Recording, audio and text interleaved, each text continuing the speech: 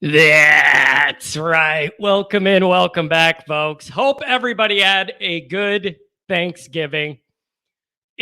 We're getting down to the line now, folks. We're getting down to the end. We're getting down to the line. I don't know how many more ways we can analyze this game. I don't know how many different ways we could look at it. Imagine all the possible outcomes. Imagine what this game means for the future of Freeman versus Riley, what should be the next decade of football between these contrasting styles. I don't know how much more we could break it down, but we're going to. All right. So welcome in, everybody. Happy Thanksgiving to everybody. I hope you had a good time with your family. First thing I'm going to say is this. I'm feeling very ill. I don't know what happened. Did not celebrate Thanksgiving. Was in bed all day yesterday. I got something and it isn't pretty and it isn't fun, but I'm here. We're going to fight through it. Okay. So I don't know what that means for tomorrow, but no turkey for me yesterday. I'm struggling, but we're here. I don't care. This game's more important than how I feel, and I want to be with you people today. So excuse my voice. It's going to be rough and whatever. So just excuse that if my voice isn't coming through as strong. But I wanted to be with you guys. We got phone calls already. Here's the main stuff today. I want to know your score predictions, and I want to know your top keys of the game. If you got 1 or 2 points you think are going to dictate who wins this battle, let me know what those are to your mind. Okay, so that's what I want to know. We got a bunch of calls already. So especially with my voice hurting, I'm going to give you guys the floor as much as I can. Okay, so let's get through the introductions. Roll call, phone calls as normal. YouTube, obviously you're there. Hit subscribe if you haven't yet. If you're here every day, I would hope you hit subscribe by now.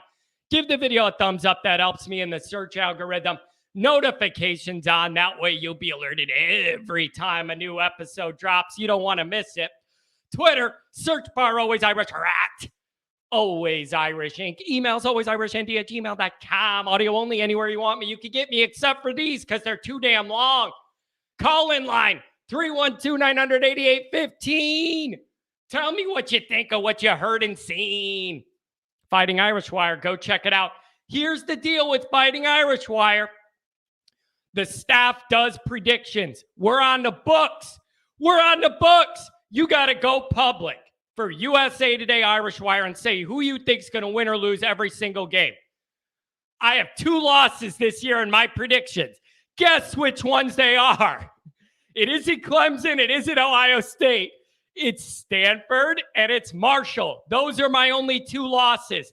This game in LA is going to dictate of the staff who has the most accurate predictions. I'm picking Notre Dame to win, damn it. I'm picking Notre Dame to win this game. We're not letting this rivalry flip year 1. No.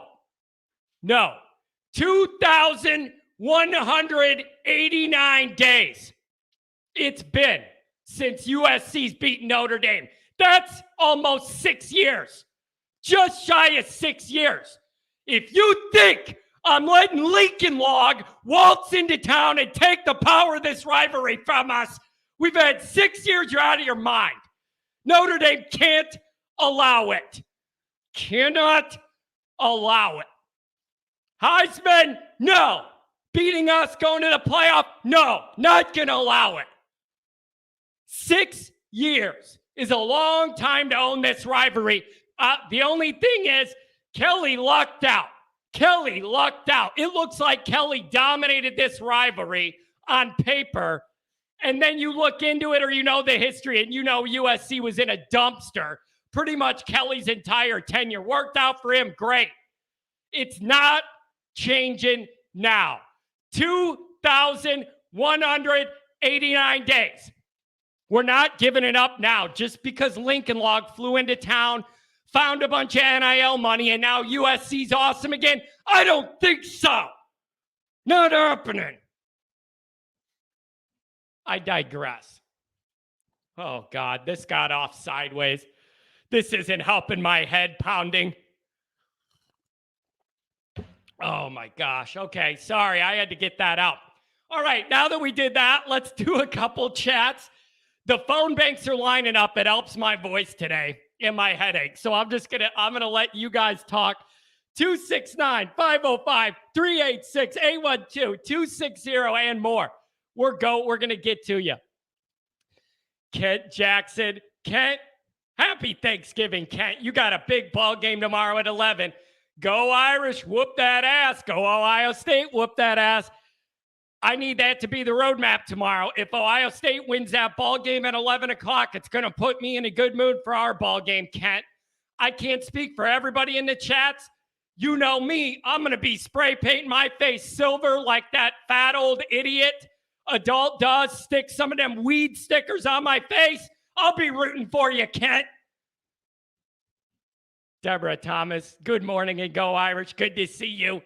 Bruce, my mouth in the South down in Jacksonville. I love you, Bruce. Tell the family happy Thanksgiving, and I hope you guys have a good weekend here. Oh, go check Bruce out, the format. Roy Boy, what's up, Roy Boy? Irish Faithful, good morning. Nick Dean, always in the chats. Nick Dean always likes to be seen. He's around. I think we're going to physically dominate USC. I hope so. I hope so. David Knight, good to see you. Nick Dean. Nick Wright, what do you got here? I don't like them either. Michigan and Ohio State are on at noon. At least we could be a 3-star. Oh, talking about the night games. It's just a long time to be stressed out. It's a long time to be stressed out. Going to be up early watching Michigan. That's going to get you all juiced up. I got a feeling people are going to start drinking their Jameson early. That's what I think is going to happen. I'm dead serious. Mark, good to see you, Mark. Where's the merch Black Friday specials? Here's the deal. The Shopify store is a lot more involved than I thought it'd be to make it work the way I want to integrate it into YouTube. It's gonna have to be something done after the regular season grind. I don't like it. It's the only way I can put the time into it to make it what I want. If I'm going to do it, I'm doing it right. I'm not going to half build it. Hang with me. My brother, A.K. Kennedy, happy Thanksgiving to you in Florida. Mikey Poles expanding the That's Right Nation. I like that. That's going to be a t-shirt when I get the store built. Going to be a t-shirt. David Knight says, time for some breakfast Jameson. Why not? If you're listening to me in the morning, you kind of need it, don't you, to knock the edge off. Oh, beat Southern Cal, Connor. You're darn right. 2,189 days. Dr. John, I'm wondering how that vegan meal you had yesterday was. Had that vegan meal. Nice. Brad says, nice asbestos shirt, John. Yeah, I'm breathing it in. It's going to give me mesothelioma in 2 hours. Good call. Oh, man. ND, here we go. ND showing up big time tomorrow. Wait for it. Drew Pine will be the difference. 35-25 Irish. Wouldn't that be full circle? Drew Pine comes around, lights him up. USC comes up to stop the run, and he beats him through the air. I like that. Andrew Gilmore. Phil, it's good to see you, Phil Ag. Josh Miller, good to see you. We need to control both lines, limit the passing game for sure. Flew on Tuesday. Literally every person was coughing or sneezing. I don't know what's going on. Half the people in my family are down and out. People are just sick. There's a lot going around. I took a COVID test. It's not COVID, so that I feel good about that. ND wins 42-12. Punch Sean. Good to see you, Sean. Punch him in the mouth every touch. I love that. Brad says he hopes Freeman can coach tomorrow. Kent says, damn, 6 years. That's impressive. Every matchup since after 2016, Notre Dame's won, and 7 of the last 9 overall. Now is not the time to give it up. Frank need to limit Williams' playmaking. Obviously, spy that kid. I want him hit every time he thinks he's going to roll out or escape. Colby says, dogs on top. Always in here with the Georgia. I'm fine with that. Cam is out. Don't like it. Don't like it. Phil, listen to that stupid USC fight song's going to be annoying. Da, da, da, da, da, da, da, da, da. Shut up. Learn a new song. Da, da, da, da, da, da. Learn a new stupid song. You know, there's not many things that could make a line of about 6 10 beautiful looking women in a row, unattractive. Them dancing to that song ruins the appeal of the song, girls. Like they're deaf out there dancing. Brad, John's been mainlining Red Bull. No, you know what it is? It's a whole bunch of Starbucks and then a bunch of Advil, cold, and sinus. I may as well be on meth from Breaking Bad at this point this morning, okay? I'm sorry. Irish 454, Notre Dame killed the program by requiring the COVID vaccine. ND was already limited. I don't think that has anything to do with it. Really, wasn't a lot of people doing that? Weren't they? John, that thumbnail is petty. Kenny versus Caleb. It's not petty. When I did the show Wednesday, I make the radio calling covers to cover the whole week of the game that's coming up. The one Wednesday was the day after Minchie announced. So we were going to cover that too. That's why that's included. I'm not trying to say he's on that level or he's that dude. 34-23 ND, the Sunset Kid. Good to see you. Good to see you here. Need to beat Williams up, Jacob says. I like that. Beat him up, hit him, and hit him again. Legally, but hit him. Glad to be worrying about ND football again and not the wedding stuff. I'm back pacing for ND. JD, I'm glad you're back. I knew you'd be pacing. I hope we get this win for you. All right, let's get to some phone calls. We got a bank of them. Everybody hang in there if you're waiting. 269, you're on the line. What do you think?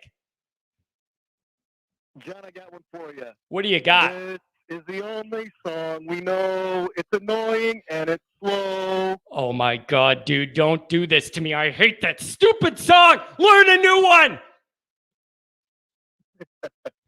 Hey, how you feel, man? I'm worried about you. I don't know what's going on, man. There's a bunch of stuff going on. I woke up yesterday morning in a pile of sweat, shivering. I don't know what's wrong. But I'm jacked up on Advil, cold sinus, all right? That's what I like to hear, man. I'm ready for some football. I kind of wish we were playing today. Oh, man, it's going to be a long wait, buddy. And then Michigan, Ohio State is going to jack us up. Like that rivalry, everything involved with them both being undefeated. That one's going to get me going. And then after that, we have a few hours. This is going to be a long grind tomorrow. For sure. So I know you had, what was it, score prediction and some like key differences in the game? Give me your keys to the game. What are the top, say, 2 or 3 things we need to do to keep this in our favor? So, one, I think one of the most important is on offense is going to be, and I think you were talking about this earlier this week, of, you know, when Drew gets his opportunities, he's got to hit them. Specifically, I don't know if you saw this, but when they played UCLA last week, UCLA had a play that was a throwback wheel route to their back that was wide open, and the UCLA quarterback missed it. But we have a similar play that we ran that against UNC, I believe. It was the sort of throwback wheel to, I believe it was Logan Diggs. That's one play. I don't think we've ran it since. I'd like to see us come back to that one specifically because if you remember, Drew nailed that one, and it was a walk-in touchdown. I think that's one that we could come back to. You know what I was thinking about, man? If you have any plays that are a little bit sneaky that we haven't used yet, now's the time. Let's go. Like, if you have anything sneaky, let's go, man. Steal a score somewhere, pull it out. On that point, you know, a couple weeks ago, we were talking about wanting to see Mitchell Evans throw out of that tight end sneak thing we do. And then last week, they do something off of it. It's like, why are you doing that in the fourth quarter or the third quarter of a game that's a blizzard?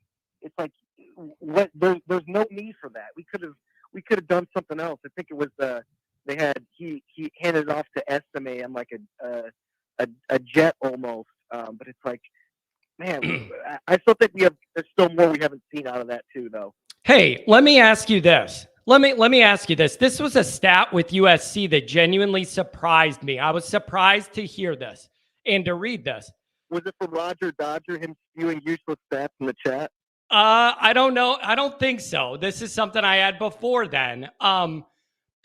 Where is it? Where's that stat? I read that USC's running the ball well. They actually run the ball for like 4.5 per carry, something like that. Yeah. I'm all concerned about stopping Williams, even with their starting running back out. Is that something we need to pay more attention to? Because we're all worried about Williams and his arm. I mean, I think that, that's a part of the USC offense that people don't talk about a lot, right? What you just nailed it. A lot of these air raid teams, they're sneakily really good at running the ball. I think that happens more times than not because people think, oh, they're going to throw it all over the yard, come out with three down linemen and a million defensive backs, and then there's creases all over the place. I think that, that's honestly priority number one on defense is stopping the run, and along with that is keeping Williams inside the pocket. I think that's kind of 1A, 1B in terms of stopping the run because, the plays that he makes outside the pocket, they're not as much running as he's rolling out, throwing off platform to a wide receiver that's broken off his route about 15 seconds ago that's still running around. If we can keep him contained and play and just the front line be tough, I think that's really going to force them just to beat us through the air, just drop back passing. And, I think that Williams is more better off script than he is, traditionally stepping back and slinging it. Yep. I'm the most intriguing part of all this is it's 100% contrasting styles. And it's just something has to give. The way each of these teams want the game to look are total opposites. Who is going to be able to force their style of play for the entire game? It has to be Notre Dame to stay in this game. We're not winning a tit for tat shootout. Like, it's not going to happen. We're not winning a shootout. We need to be able to control this game and make it slow down to be our way. That is the most important thing. Agreed. And, I think that more times than not, power beats speed. And that plays right into our hands. Yeah, this is just going to be so interesting.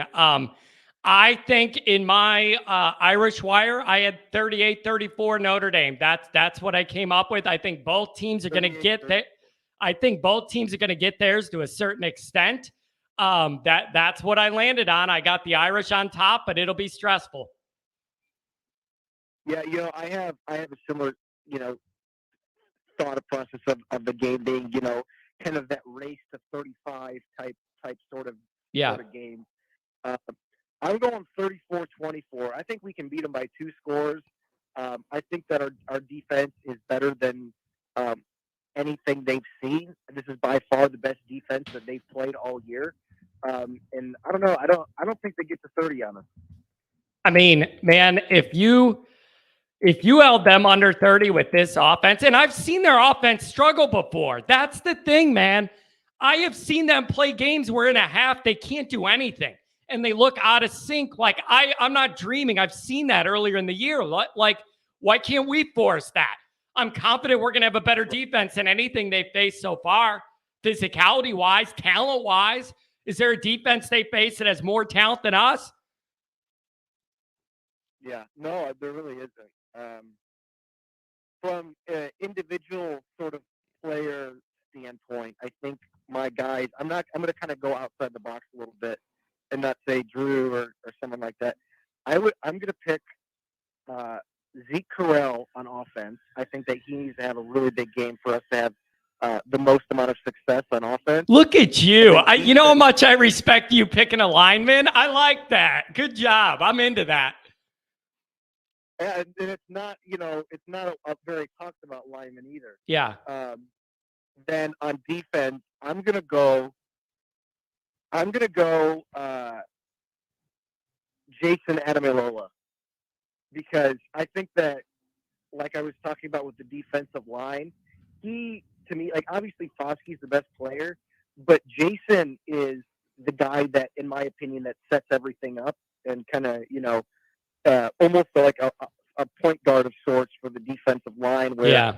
he sets up plays for other guys. And Jason has set up so many tackles specifically for guys like JD Bertrand and other guys like that allow them to really get the most out of their talent level because he's so good. Yeah, I agree with that. And then here, tell me if you thought of this too. It's very possible this is Foskey's last game with his NFL prospects, with the bowl game that isn't for a championship, all of that. If that's the case, especially if that's the case, what a way to go out. Get you a couple strip sacks and get in there and block another punt, damn it. Like, if this is the way you're going out, you may as well go out in LA with all the bright lights of Hollywood shine right on you, right? Yeah. I mean, maybe we can get a performance like Clowney in that bowl game against Michigan out of Foskey. Yeah, I'm telling you, man, it's so important to me that year one, we not let the power in this rivalry flip. It's so important to me. This is going to be a matchup of these hot young coaches that are both recruiting well for a long time. I am not willing to give up control of this rivalry year one. It just can't be. No. It can't. No, I agree. But we already lost one trophy to a California team. We can't lose two. Yeah. I'm still mad. I'm so mad about that. I'm still mad about it. Yeah. And the other thing people are putting in the chat, get Marist. He needs to spy Williams and hit him every chance he gets. I agree on the spy, but not every play. I don't know. I think that sometimes that it's kind of live and die by the sword sort of mentality, because it really does sort of limit the middle linebacker in terms of what they can do. But in certain circumstances, it definitely is needed. Yeah. So I don't know, man. This is it's going to be wild. So do you have a score prediction in mind? Yep. 34-24. God, I'm telling you, the 34 doesn't surprise me. I think we're going to move the ball on them. People that have us holding them in the 20s, that is a hell of a job. I will be so impressed if we hold them in anything in the 20s would be an A job by the defense, no matter what it looks like. I love that prediction. Yep. I want to see it. I want to see, because Caleb Williams, he's one of those kind of players that, he gets in his head. You'll see him on the sideline kind of going nuts and causing a scene. Last week he was ripping Lincoln Riley like on the sideline, and it's like as soon as we get them arguing, like they're done. Yeah, he is like that. And on the flip side, when he gets hot, he turns it on. And like he's a guy like that. Like, and then the end of the UCLA game, he was so pumped up, like he rides that wave. And it's incumbent on Notre Dame to make that wave negative and frustrating right away. Frustrated. I got the Heisman I got the Heisman on my mind. I need to play good, force some things. Notre Dame doesn't let it happen. You get the kid rattled. Then you know what he does? Takes some chances. And when you take chances, that's when Morrison takes it back to the house. Like that has to be the plan. You're right. You get that guy where he's not happy. He gets frustrated. He presses all the pressure of the world on him. I love that.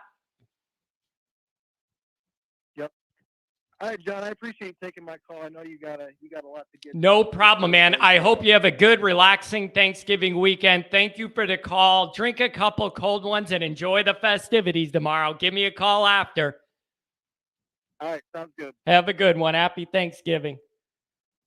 Listen, this Irish 454, I don't even remember this person being in these chats for these shows like before.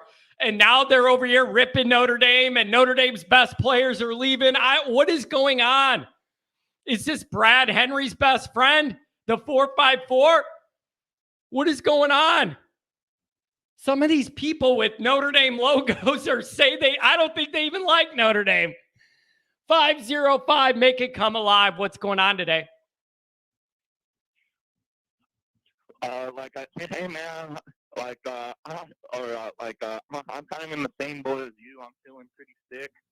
last night I got the chills.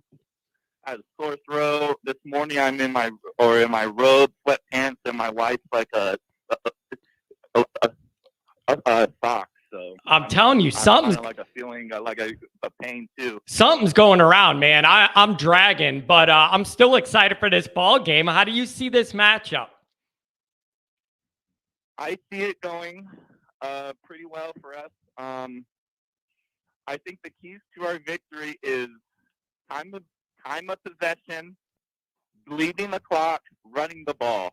Last week, something that I liked was how we had in two like a running backs, and we were able to keep them like a guessing. I think we should do that again. They know we're going to run, so make them guess who's going to like if it's the ball. Put Diggs in there, put in the other one. Like maybe put in three in there, make them guess like who gets the ball. Maybe you should pull one with Pine every once in a while. I think we can run on them, and I think we might need to bleed the clock a little bit too. Yep. I agree with that completely. Notre Dame dominating the clock is a big deal to me. You got to run that ball, take your time, drive down the field, and then you need sevens. You don't need threes. You got to get sevens against this team to win it. There's no doubt. You need sevens. Yeah, and then I don't know, if you remember me, but I was the last call on Saturday for the Boston College game, and I said they were going to cover. So I was happy to say my prediction it came true on that one. Yep, it came true in the first half, I believe. I mean, geez, yeah. I know. So I'm coming back on to keep on the, keep that on, so a Notre Dame can do that again. Beautiful. So you got a score prediction? How do you see it? Well, this is what I was thinking about. We held Ohio State to 21, so I think we do the same thing against a USC, and we win by the lucky number of a 13. So 34 to a 21. Wow, you got another one that has them in the 20s. I love it. I love that. And your top two keys to the game. One is run the ball, control the clock. What else you got? Throw in some quick passes, screens, bubble screens, and then take a few shots downfield. And then we need to contain the offense, keep them off the field for as long as possible, keep them out of sync. We can run the same defense as we did as Ohio State, or a cover two safeties, and then I think we need to contain them and keep a pressure too. Yep. There's no doubt about that. And a couple takeaways would be big in this game. Gain a couple possessions on them for sure. Oh, I don't know, man. It's going to be wild. Any thoughts on Ohio State, Michigan? Who do you want to win that one? I usually go for a Michigan in that game, but this year I want I want the Buckeyes to win. I think they're not going to lose 2 years in a row. I think Ohio State's going to come in fired up and opens at home. I think it will be that game, the 38-24 type game. They kind of a pull out late. Man, I'm telling you, if you keep them in the 20s, I will be beyond impressed. Beyond impressed. Yeah, and then I got something I noticed from our after the game that I liked, that Marcus Freeman was, he immediately focused on USC. He went straight to them. But I noticed in the a USC post game, and even towards Monday and Tuesday, they were still talking about the a UCLA game. They weren't really focusing a lot on us. Their fans don't seem too worried. There's not too many people picking us. They're already talking about Caleb for the Heisman. They're already talking about Pac-12 championship. They're already talking about the playoffs for them. So I think we're getting a little bit overlooked in that sense. Yeah. I'm telling you, if they could overlook us, I couldn't believe that. But I'm all for it. If they think it's going to be a pushover, then let's bring it. 2,189 days, and I'm not ready to give it up and start back at zero. Okay. Yeah, like me too. And then but the fun thing is, like, the Trojan fans don't even seem too like worried about it. Well, that's because they're all hanging. That's because they're all hanging 10 at the beach, and then they'll just show up tomorrow. Yeah. Then they'll show up tomorrow and act like they care. That's what they're gonna do. You know, it's another. They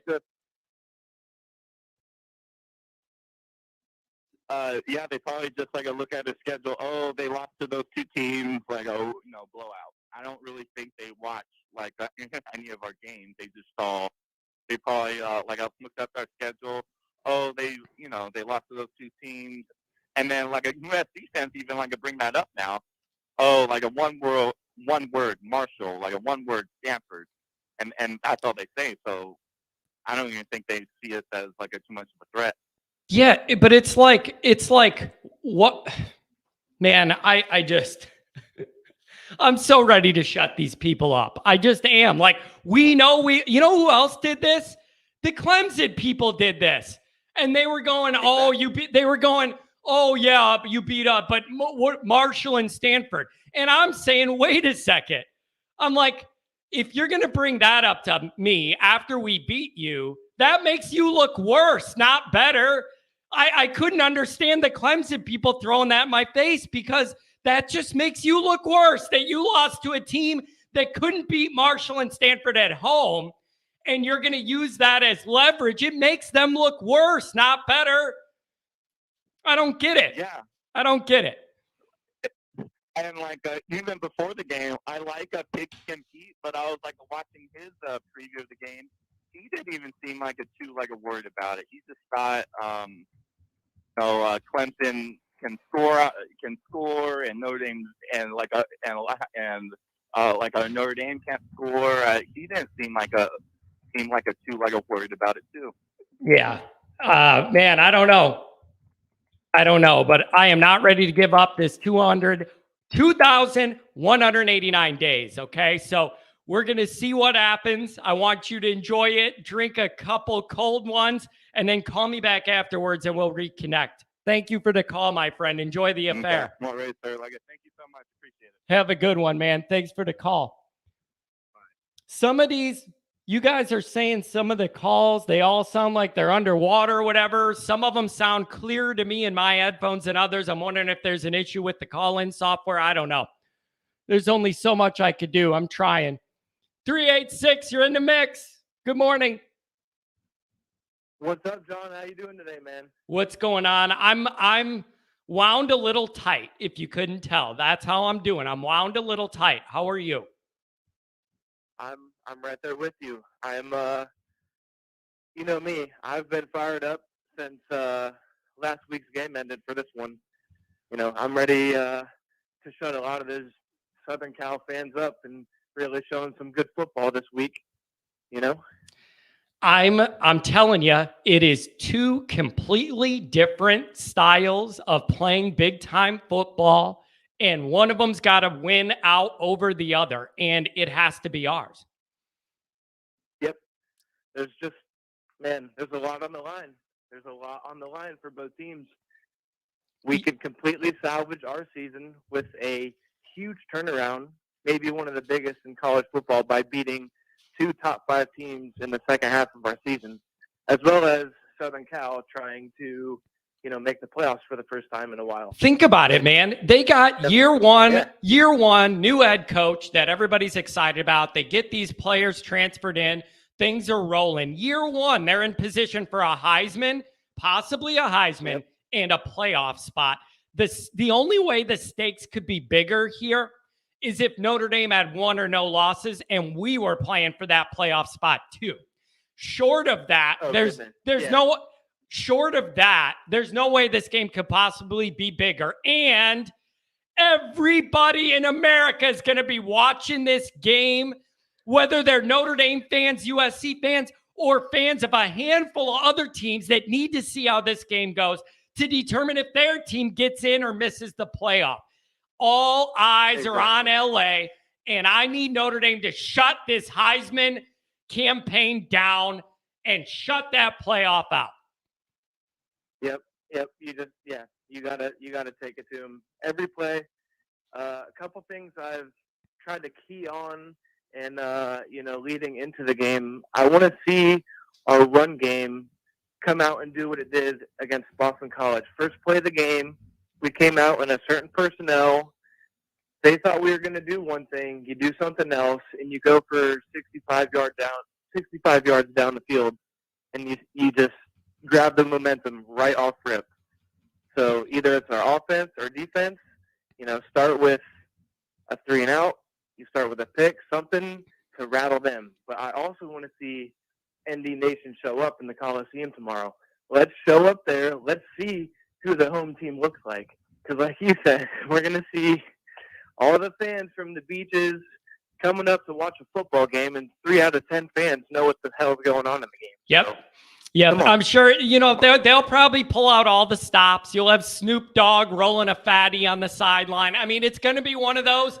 I'm telling you, it's going to be one of those where it's the place to be seen. For once in 12 years, the Coliseum is the hot place to be, and all the celebs are going to be there. Snoop will be down there rolling one and doing his thing. It rubs me the wrong way how fraudulent the fan base is. It just rubs me the wrong way. They're not a real fan base. It's like Colin Cowherd. He's a fair weather USC fanboy. You never hear Colin talking at all about USC. Oh, now they're good, and he's talking about it every single day. He loves them so much. I don't respect it. I don't like it. And I'm not letting them win. 2,189 days, and I'm not starting back at 0. No. It's infuriating. Absolutely not. No. I've actually went and looked at some of the stats in Southern Cal's games, and, there's games where they've put up points in the first half. There's games where they struggled. So if we, again, like some of the previous callers have said, can hold them for the first 2 quarters, this is, a defense they have not seen before.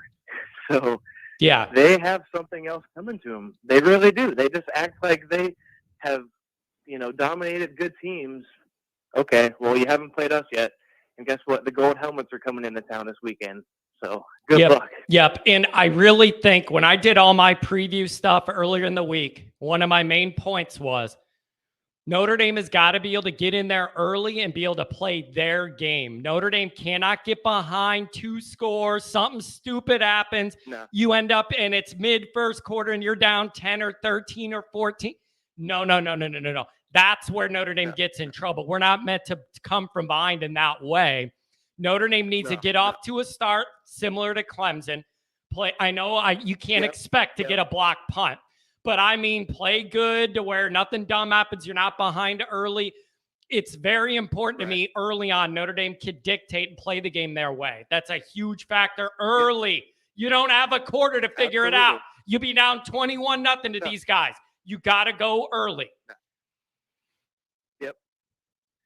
Yep. It's interesting, man. This rivalry, Notre Dame's coming from a snow bowl out to under the lights game in California. So, it's cool. How good of an ending to that season would it be? The seniors go off in the snow bowl. The next week you're flying to LA under the lights and you whoop a rival's ass. I mean, that is the setup for, a freaking really good ending. Go on and win a bowl game and get to 10 wins. That would be, cherry on the top. It's true. But, I got 35. I've got 35-24 in this game. Man, a lot of you guys have us keeping them in the 20s, and that would just be an amazing output. I would be so impressed if we did that. Like, man, that'd be that would just be a tremendous defensive performance. Awesome, that Oregon State game back in a couple weeks ago it was only like 17-13. So they've, there's been a couple games, and then so 17-13 was Oregon State, and then Washington State was like 30-17. So, even if they get to 30, I still see us winning the game.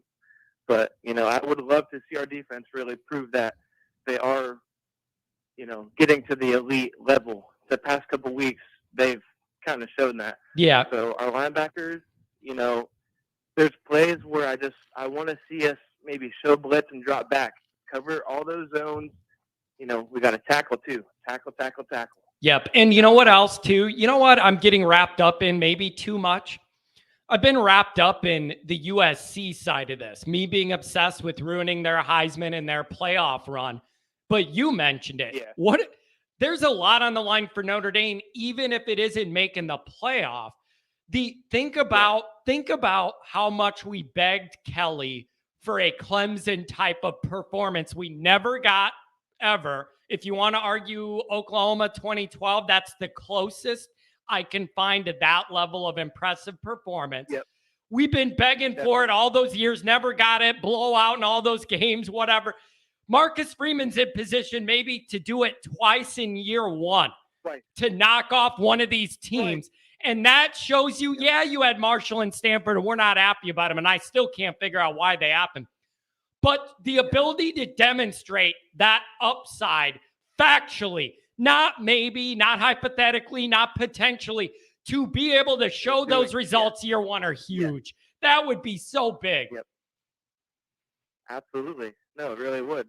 Because, again, you mentioned those games, and then, you know, the things that he's learned. That's what one thing I was giving, you know, Freeman a full year of learning how to be a head coach. He'd never done it before. It's going to take time. But we've seen him be able to make adjustments and not necessarily have to wait till the off season to start making those adjustments. So yeah, that's huge. That's huge in itself.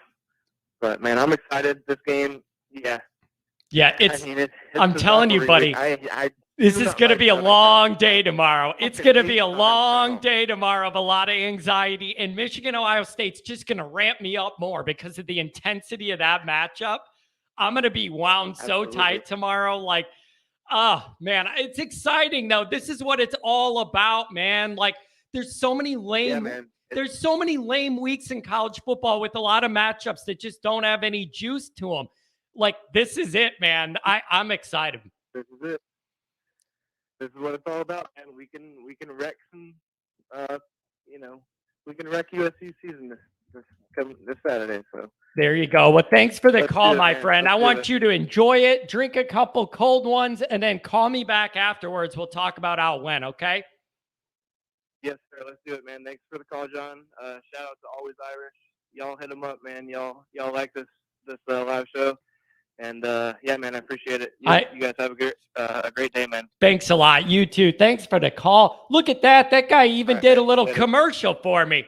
He even did a little promotion. He said, hey, give John a call. I appreciate that. Ooh, girls18.site. Like my photo here. I'm afraid to click it. I'm going to have to block you. Sorry. I know you guys are probably prefer I click on the girls instead of keep talking. Oh my gosh. That's hilarious. Somebody said, why is it that none of the wives like John's voice? If it makes you feel any better, neither does my own.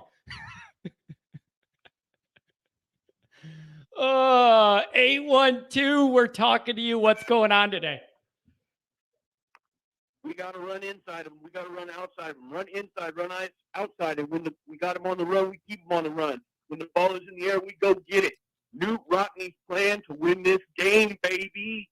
How you doing today, John? I'm doing very well. I'm not going to lie. I like that. We're running inside them. We're running outside them. And then we're going to run inside them and outside them. And then when the ball's in the air, we're going to wait for it. And then we're going to go and get it. And Morrison's going to get it. And he's going to run it the other way for a touchdown. How's that for the plan?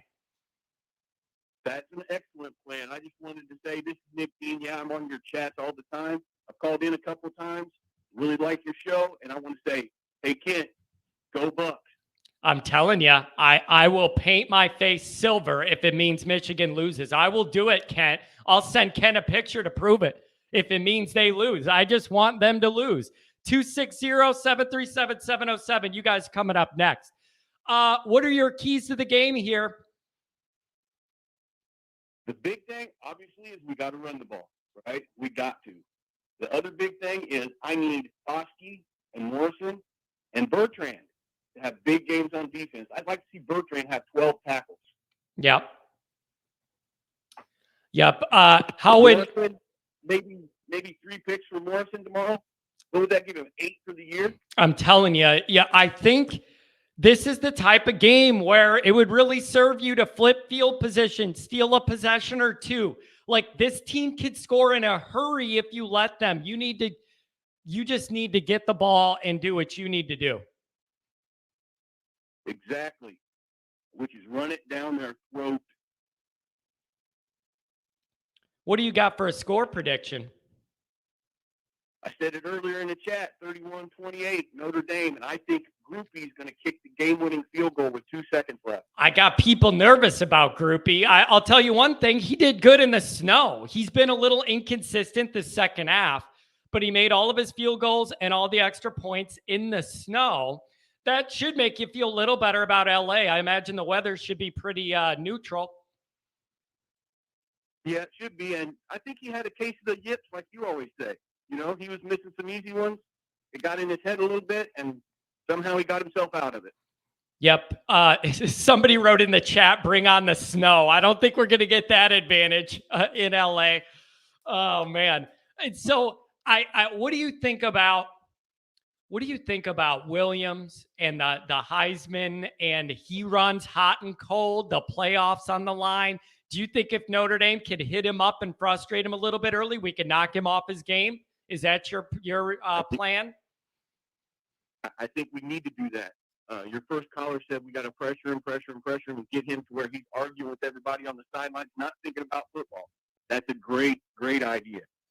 Yep. It's, 2,189 days, 6 years it's been since they won. I am not going to react well to letting this flip. Year one, we both have new guys. It bothers me existentially. Something about it just being instant. Year one, they buy all these players and now they're great. It just all rubs me the wrong way. Seems like a cheap shortcut. Even if it's legal, it feels to me like a shortcut, and I don't want it to be rewarded. Yeah, neither do I. I hate the fact that, NIL money is available to students at other colleges. Oh, yeah, you come here, we'll give you $150,000 for a year. How is that legal? I don't get it. Hey, they could, even if it's by the book NIL, doesn't mean I like it. Here's my position. This could have happened anywhere. Lincoln Riley could have went to any school, landed there, got a bunch of NIL money, and then got these guys there. It just happens to be a USC. There's nothing special about it. This was not cultivated, developed, built over time. It was bought in one off season, and I don't respect it. Tell me it's legal all you want. This is the future of college football. Fine. I don't like it. I don't personally respect it. It could be legal all you want. I don't like it. And I'm going to show you can do it our way and bully ball them at their place. That's exactly what we need to do. That's what I'm talking about. I don't like it either.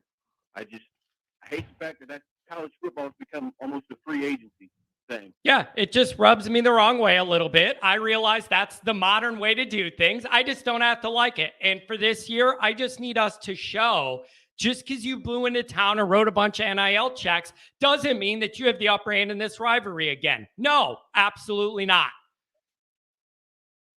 Exactly. Cannot agree more. And so, I don't know, man. Big thing I'd like to see, one of the big thing I'd like to see, somebody said it earlier, Tyree on a wheel route.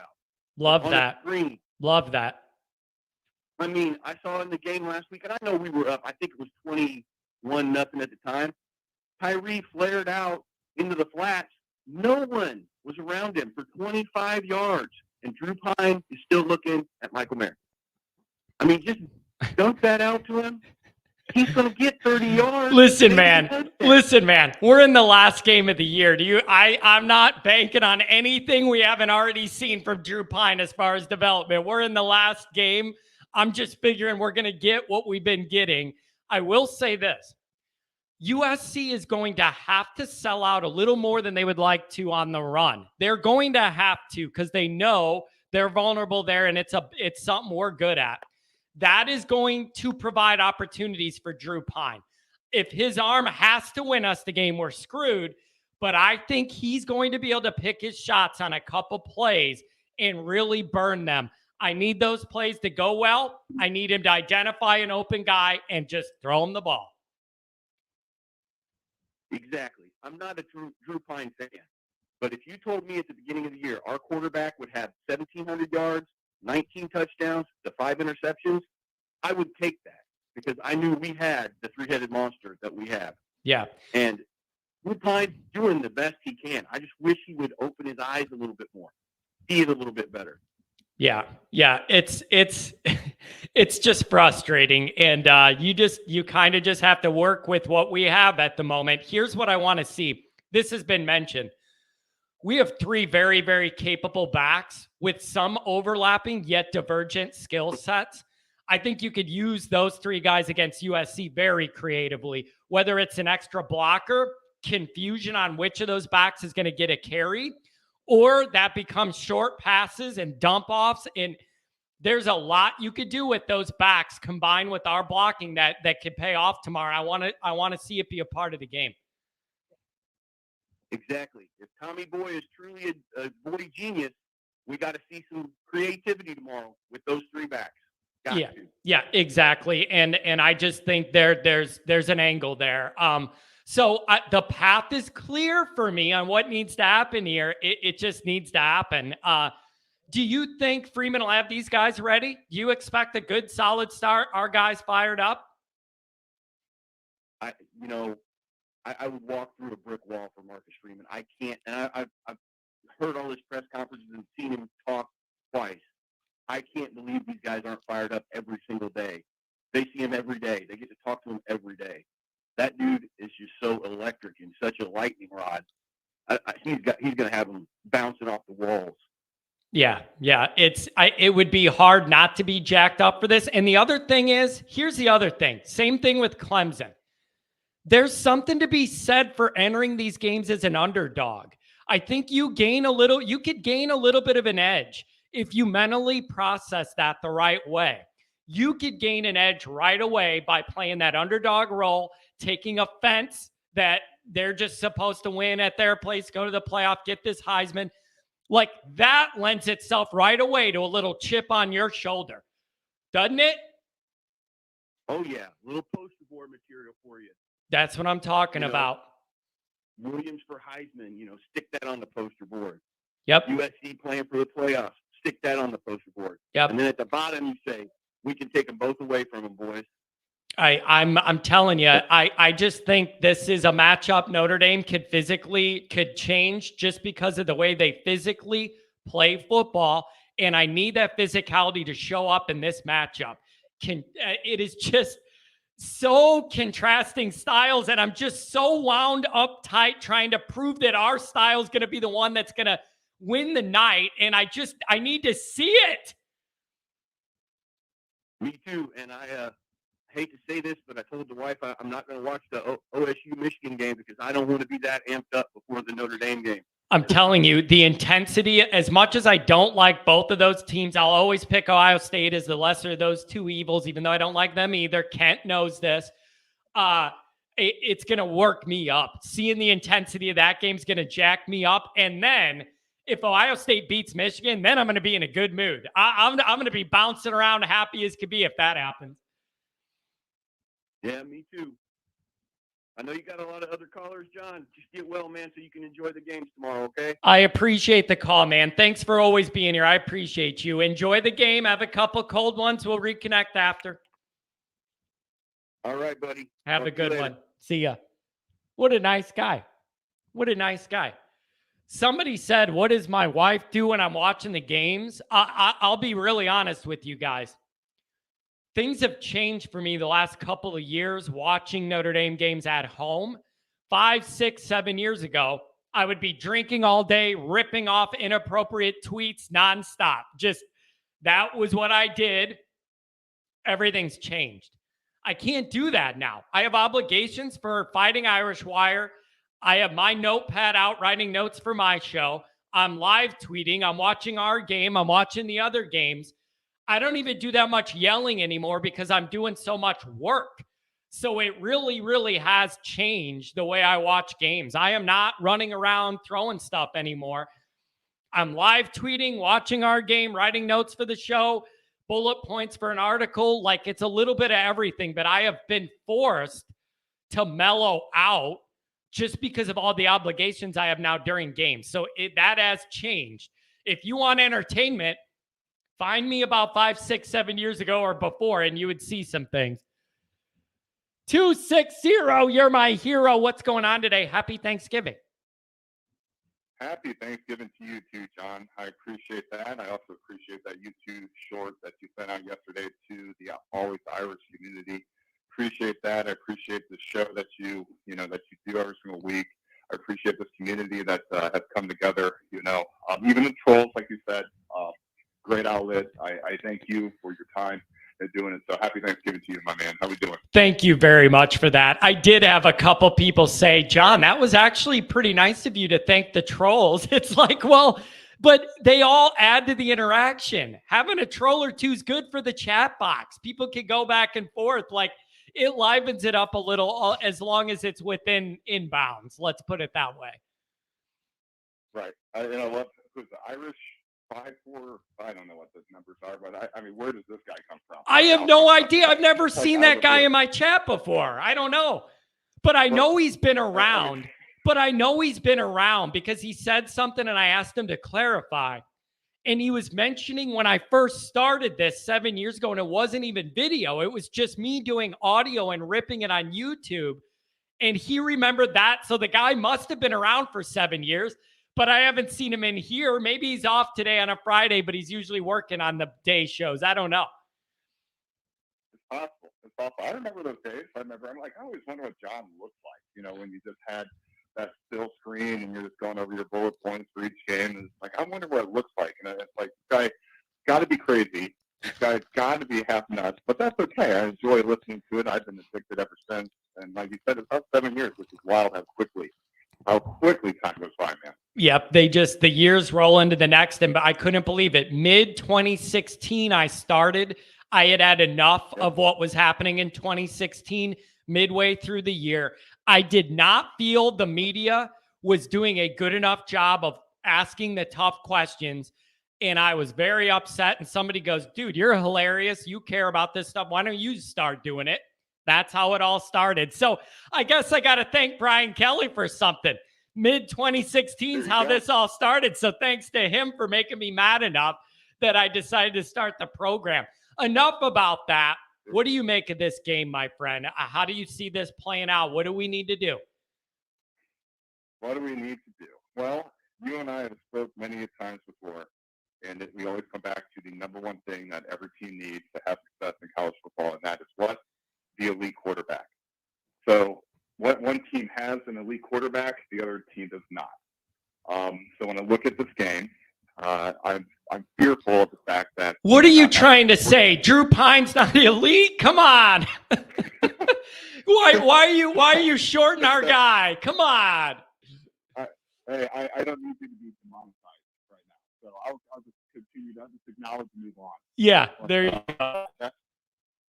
But then I think if I'm USC, I'm gonna look back at the tape on how Notre Dame has played us the last few times with this spread offense, and I'm thinking about running the ball because Notre Dame, if they're going to play as they have been playing against USC, they're going to have 2 high safeties, they're going to have 3 down linemen, they're going to have Foskey in that kind of viper where he's kind of linebacker to defensive end, and I'm going to think about running that rock if I'm USC. I'm going to see if Notre Dame can stop it because if you think back, you can see those games where USC then can miss that run and they're ripping off 6 yards, 7 yards. And yeah, Notre Dame's bending and they're not breaking, because they don't want to go with that home run shot. But I'm worried about the run. If Notre Dame can stop that and make them one-dimensional, I'm going to feel much better in this game. Yeah, and I do admit, so much is put on Williams' arm and his individual running ability. They have run the ball fairly decent overall, and I don't want to overlook that. But at the same time, I do not feel USC's been challenged by a defense that could be as physical as Notre Dame's capable of being, and I have to think that that's going to matter. Yep. The other thing that I think is going to matter is the Notre Dame players that this is going to be their last game. It's not just Foskey. I'm looking at Mayer. I'm looking at Joseph. I don't know if Hart's going to play, but if he does, this is probably going to be his last game. And Yeah. so having said that, I think the player for Notre Dame that's going to have a massive monster game is going to be Mayer. I'm thinking BYU-esque because I think USC is going to stop the run, but I don't think they will be able to totally stop that run. But Mayer should have a monster game, man. There is no one on USC that's going to slow that kid down. You know what I keep picturing? I keep all week. I'm playing this scenario in my mind. Here's what I've been seeing all week in my head. We're running the ball and it's working. And then USC has to commit more bodies to it, get up close to the line of scrimmage to prevent it. They have no choice. They have to. That is where you get Mayer either north-south on a seam wide open or on one of those drag crossers they throw to him every game wide open.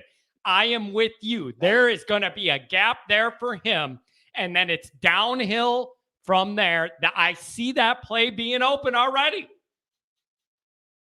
I see him being, it's going to be that play. It's going to be, if Notre Dame can just stay in that third and manageable in this game, that 3rd and 5 or less, Mayer's going to have a monster game, man. Like, they should be able to just keep him consistently off balance, being able to run it and being able to throw it just enough. And then it comes down to just don't turn the damn ball over, because that is how USC wins a lot of these games. Their defense is so porous, but they create a ton of turnovers. Dude, their turnover margin is out of this world. I think they've had like one or two turnovers all year, and they've caused a bunch. That is outrageous. It almost borders on luck after a while. Like the law of averages says this out of whack of a turnover margin isn't natural, even if you're playing well. It's time to make that flip. And like you said, it almost goes without saying, if Notre Dame turns it over a couple times, you're screwed. I just don't think you could afford that this week. You can't give that offense 2 or 3 more tries. No, that's outrageous. You got to also, if you're Notre Dame, you're going to want to hold the amount of possession each team gets down. You kind of want to take that Navy approach, where you want to limit the amount of times USC touches the ball. So if Notre Dame can keep possessions about 10 to 12, 10 to 13 possessions for each team, they're also going to send up really pretty there. Got it. And then it's just a matter of when you get in the red zone, got to have touchdowns. You're not kicking field goals. Yep. And then you got to flip it against USC. You got to hold them and force them to kick field goals. Yep, 100%. Listen, this is one of those games where the ultimate bend but don't break defense, that's fine. Like, they're going to move the ball. They're going to make some exciting plays. But if you could get down there and make them kick 3s and not 7s, those are victories against this offense. They really are. Yep. So I obviously don't turn the ball over. Notre Dame's players last game, Caleb Williams. So, man, that is the problem I just keep coming back to, is because in a game like this, when you have a quarterback like that, is he makes so many plays just out of just messes. He orders chaos so well. And so if where he'll extend that play, it's very difficult for a defensive back to, guard somebody for 5 seconds. And that is what has me fearful, is where, Notre Dame, maybe they can start mucking it up, where they can, we see they're trying to run the ball, we'll stop them. We're starting to, shut it down. Then they kind of, USC maybe get in that chase mode. But even when they're in that chase mode, they got the quarterback that allows them to come from behind and make that a game. And so it's got to be 4 quarters, and that is the final thing for me with a Marcus Freeman team. There's been essentially 2 games now, 2 games where they played 4 quarters. Every other, it's been a great half, followed by kind of clunk. And so can't afford it. Once again, can't afford it. Right. You just can't. And it's the last game of the year. Like, give me a break. It's the last game of the year. Pull it together. Play a full game. Let's go. I think we're going to be ready. Right. It early matters a lot to me. Early. You got to be able to show early this game could be played more like we want it to be played than what they want. That's a big deal to me early. Quarter 1. Yep. And then also, obviously, you got to win the big plays. That's the other thing that I'm fearful of is those chunk plays that the first 3/4 this year is, Notre Dame's giving up 70-yard run, 60-yard run, bomb here. You know, and then if Hart's not playing, I just see the back of Mickey and the back of Lewis chasing the receiver. You know, you get those images kind of running through your head, so you got to limit big plays. So it's going to be an interesting game. It's going to be a really interesting game, and then also it's going to be an interesting game for the offense where, you know, Tommy Rees, it's one of those things. I know that it's been such a love-hate relationship this year with the Notre Dame fan base with that guy, but I'm curious, where do you stand right now with Tommy Rees? Are you a pro? Are you an anti-Tommy? Would you want him back next year? I think he's going to be back because of the recruiting. Don't you?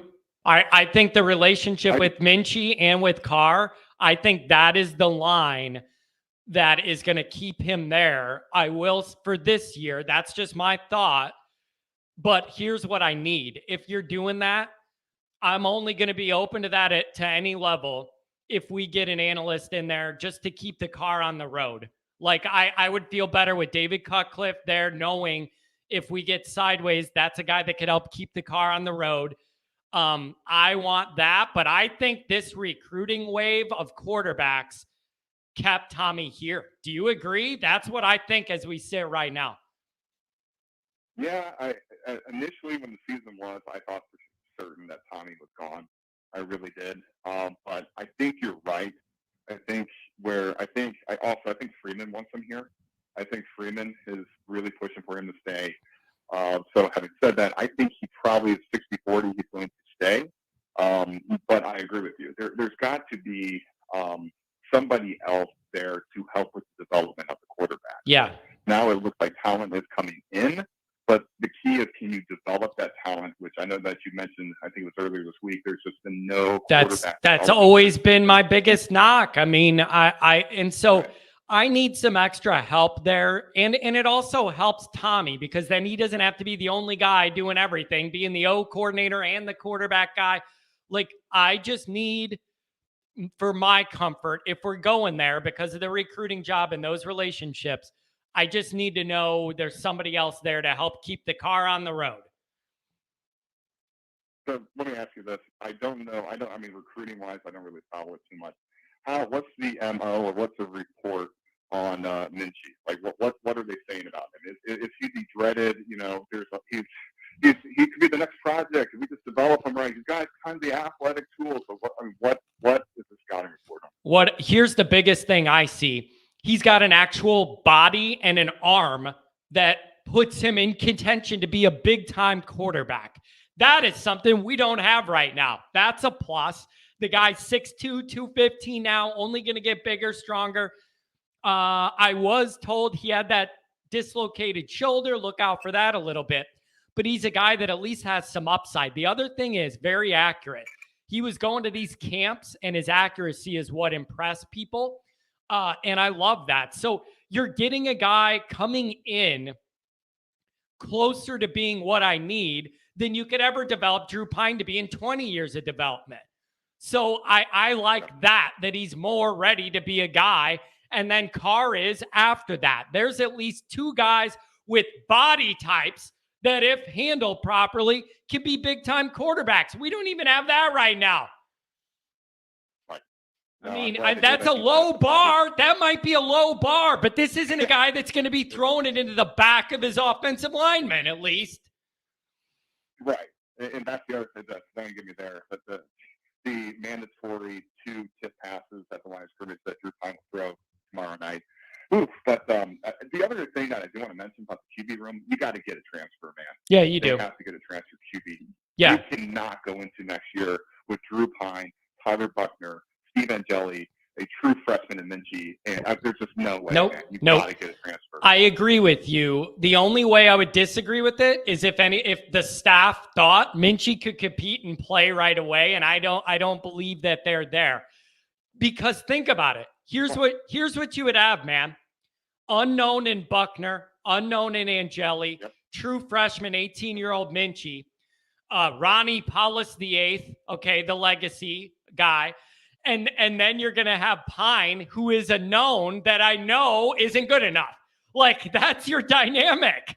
So I'm with you, because otherwise Notre Dame goes into another year not knowing what they're going to get at quarterback. And if it's Pine, then I know I'm even more mad than I am right now. Right. So you're basically just replaying this year all over again because you had an unknown. Can't do in it. Buckner, Can't do it. unknown Can't. Ryan Notre Fox. Dame's got to be Right. done with that. It's not a long-term path for success.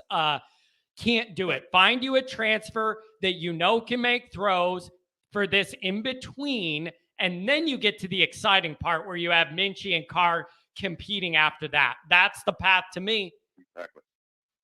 That's exactly right. And if somebody transfers like Buckner transfers out, I don't really care in that sense because you have to win now. You got to get talent now. I mean, you ask any coach that is worth a damn, and you're like, what would you rather have? Too much talent in QB room or a bunch of unknown? I mean, come on now. Yeah, I've had people say to me, think I had people, my DMs were filling up when Minchie committed of people saying, John, what does this mean? You know, are we going to lose a guy out of that quarterback room? And I said, yeah, probably. And that does not bother me at all. That's how this goes. No. You get better talent, and the guys that aren't, go play somewhere else.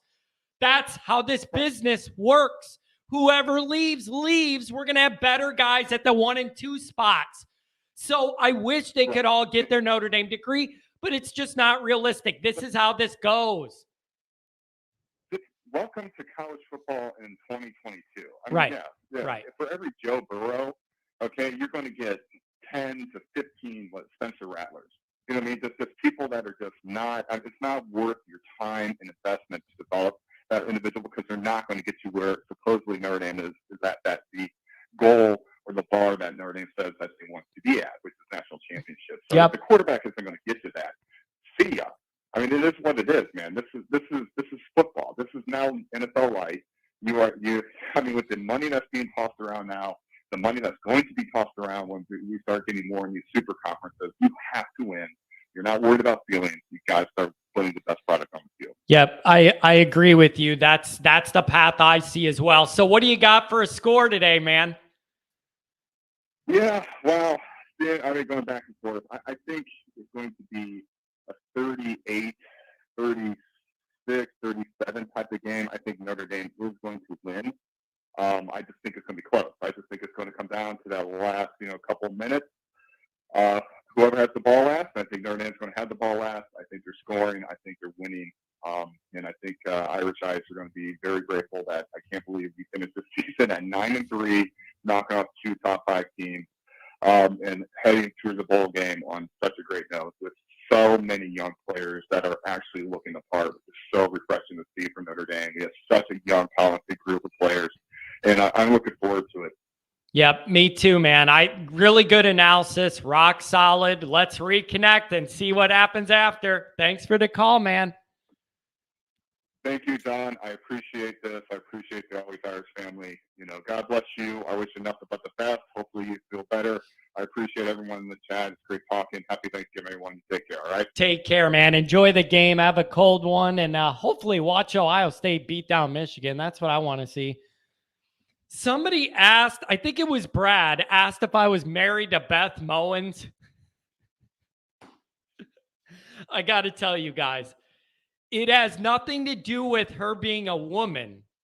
The sound of her voice, I can't handle when a game's on. It wouldn't matter if it was a guy with that voice. I can't handle that voice. It's mute. If there's a game I have to watch for Notre Dame purposes and she's on it, I got to mute it. I can't do it. And I realize that comes off wrong in 2022. It wouldn't matter if it's a guy or a girl. That type of voice, I can't handle. It pierces my head. I can't handle the voice. I mute it or I go to a different game. It's something of, do a scientific study on different voices that sound appealing to people and why. That one's got to be last in the world.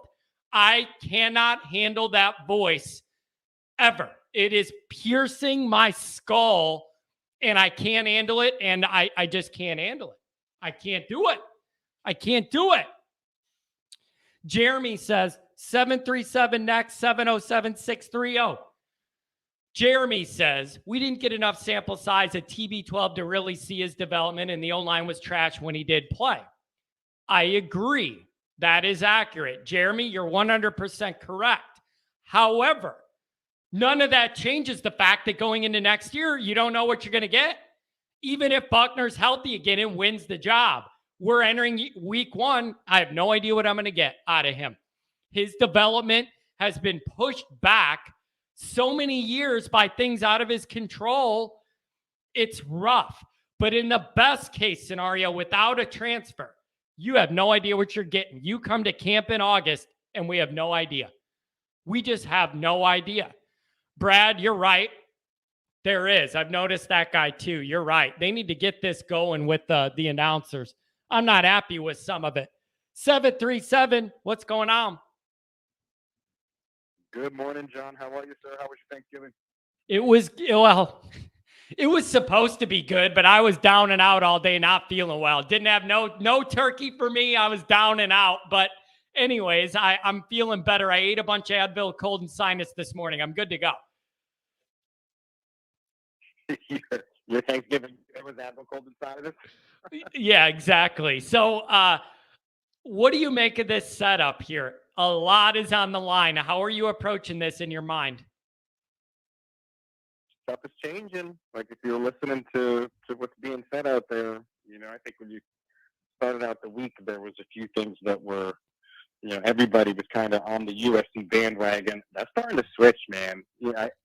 If you, I know you guys are talking about Cal. Let me say this too. The callers today, man, they're bringing it. They're bringing it strong. These guys are, everybody that's calling in is talking some real good stuff. I thought so too. Maybe it's, I don't know what it is, the holiday. Maybe it's a Friday. A lot of people are off work and they could sit there and think more, but I've thought that too. I love all these thoughts. Yeah, they're bringing it, and they're right in terms of the things that we need to do. But again, like I said, you know me at this point in terms of calling in and trying to make sure that I always do it so I'm setting my expectations, because if we just listen to the same people over and over every week, obviously there's some bias, towards Notre Dame for certain individuals. I get that. I certainly have it, but that's why I have to kind of right my ship, if you will, in terms of listening to a few others. If you listen to some of the things I was listening to yesterday, I don't know if you've heard it, but Joel Klatt was saying he switched over. He's picking Notre Dame. You got McElroy that has switched over just in the last few days. He's all of a sudden picking Notre Dame. You got Cowherd, who's now a little bit more worried about what Notre Dame's bringing to the table.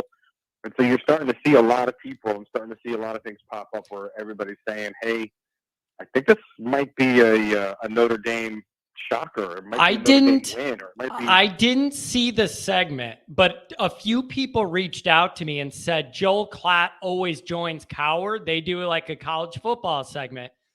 And they said Klatt was telling Cowherd, you better be prepared for Notre Dame to win it. And Cowherd was taken aback by that. How could you say that? Look at USC.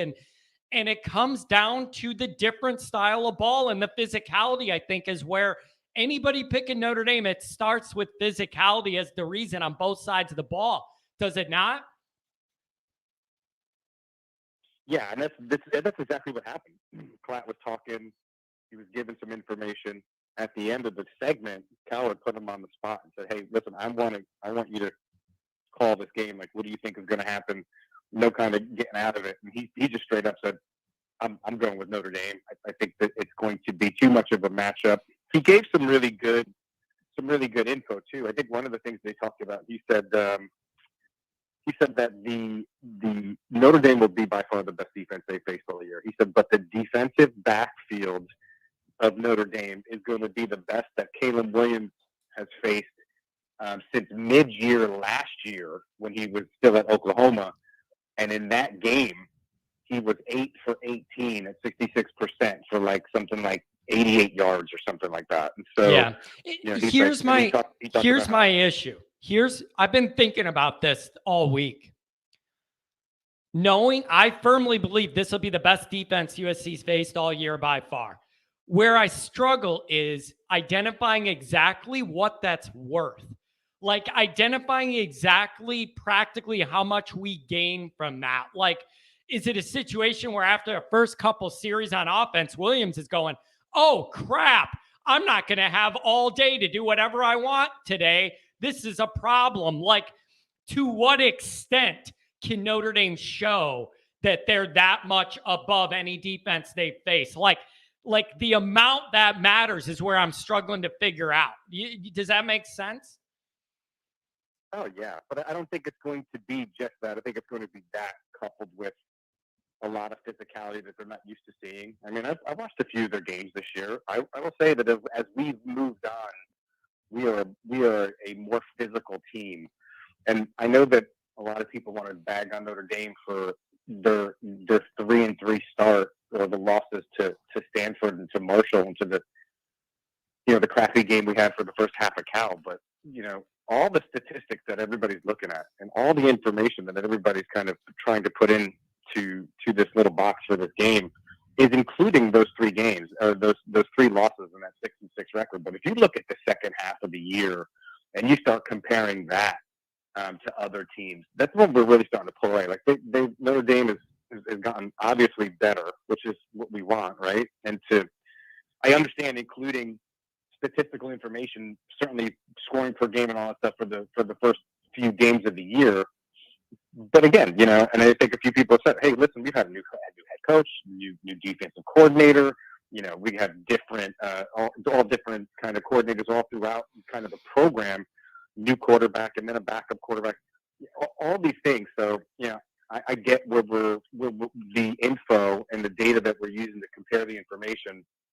But if you really look at what we've achieved over the last 5 games, it's been a big difference, and I think that's going to be kind of USC has not faced a defense ranked higher than 50 this year. We're coming in at, I think, 16, 17, 18, somewhere around there. Yep.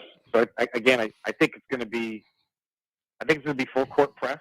I think Williams has to not be let outside the pocket. If he's going to kill us, let him kill us from the pocket. But I think that we got the defensive backs to do it. Hopefully, Cam Hart is playing. I heard you mention that before. Is he been called for the game? Somebody, I don't know. All I know is somebody in the chat said they think he's been ruled out.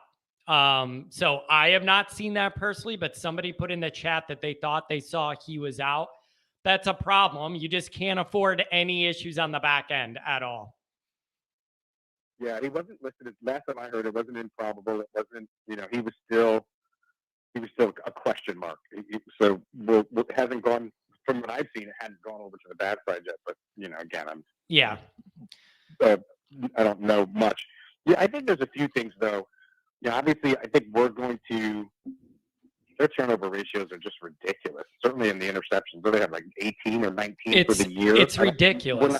We're not going to give them that. Yeah, it's ridiculous. Their turnover margin has been outside the scope of even just good play. Like, they've had luck. It's not natural. It's time to balance the ledger out. That's because you got the Pac-12, kind of play soft, throw the ball and let's hope that, we have a shootout in terms of, I'd say that you can't match. I mean, if you're going to put Big 12 against Big, Pac-12. By the way, the chats are saying as of now he's officially questionable. Okay. Just like my mindset, just like my mental state. Like the flu that's going around. You can't stack Big 12 against, Pac-12 against Big 10. Just the physicality of the teams, I think, is much different. But we'll see. The other thing too is, I think everybody's not taking into account, they had a huge win against UCLA, which was something like their biggest win in 8 years or something like that. This could very well be like, hey, we need you to play your best game of the year that you went to right to the end, and then now follow that up with another great game this week. And I think it was Cowherd that said it, against an arguably better team that they have to keep up for next week. That's asking a lot. You know what I mean? I think it's very easy that they could have a letdown game. I think that we're going to come in, we're going to be super fired up. And then, I think the other thing too is some of our best players this is going to be their last game. And I just can't imagine that Michael Mayer, for his last game in a Notre Dame uniform, just doesn't go lights out. Same for Foskey, same for some of these other guys. But here's the thing, too. I said it on maybe Wednesday, I think. But what is the probability, or what is the percentage of possibility that Drew Pine is the starting quarterback next year? I mean, it's very, very low. Zero. So, it's got to be zero. It's got to be zero. I can't. Oh my God. I appreciate what he's been able to do. I feel like he's gotten better results than he probably personally should running an offense. I appreciate that. At the same time, no, whatever you do to start next year, no, it isn't that. It can't be that, right? It's either got to be a transfer that's proven he could throw the ball around, or Buckner healthy and you're going to see what he has, right? Listen, if Pine is starting next year, then something catastrophic. It can't be. So it can't be that. Everybody knows that, right? It can't be that. I'm going to lose my mind. Can't be. I mean, unless something miraculous happens, like I said. But taking all that into account, something miraculous, hey, you said something miraculous. Watch Drew Pine come to camp 7 inches taller and 250 pounds of muscle. Like that'd be drastic. He just shows up and he looks like Drake May out of nowhere on the offseason. All right, now I'm interested. I'll take it. You know, if he's not having ball tips, but I think it's pretty good to say that this is probably Pine's last game as a starter for Notre Dame. I see it that way too. And so, how does he go out? Is he going to go out in a ball fire set, showing hey, this is again, the kid loves Notre Dame. He's all about it. Nobody thinks he's transferring out. He's got another 2 years of eligibility because of COVID year and a red shirt. So I think he's there. But again, he's not the starter. This is probably his last game. So to think about Foskey, to think about Mayer, think about Pine kind of helping, his best friend and roommate Mayer go out on the way that he ultimately should. Because I don't think Mayer plays in the bowl game, nor do I think he should at this point. I love it, but in reality, I don't see it. It's funny you say that. I wrote an article very early in the week on the Irish Wire about this game and kind of some bullet points. One of the ones I had for Notre Dame on offense is, I think it probably might be Mayer's last game, and he knows all the attention USC's getting in the way they throw it around and all the big lights are going to be on him. All of that points to me to him having a monster game where he gets the ball and then inflicts pain. I see him having a big game, and I think the second part of that is, I think he's going to have a lot of opportunities to have a big game because USC is going to have to creep up to stop the run. And there's going to be gaps in that middle of that defense that he could take big advantage of. I see that being a path. Oh, without a doubt. I think Mayer's going to have a huge game.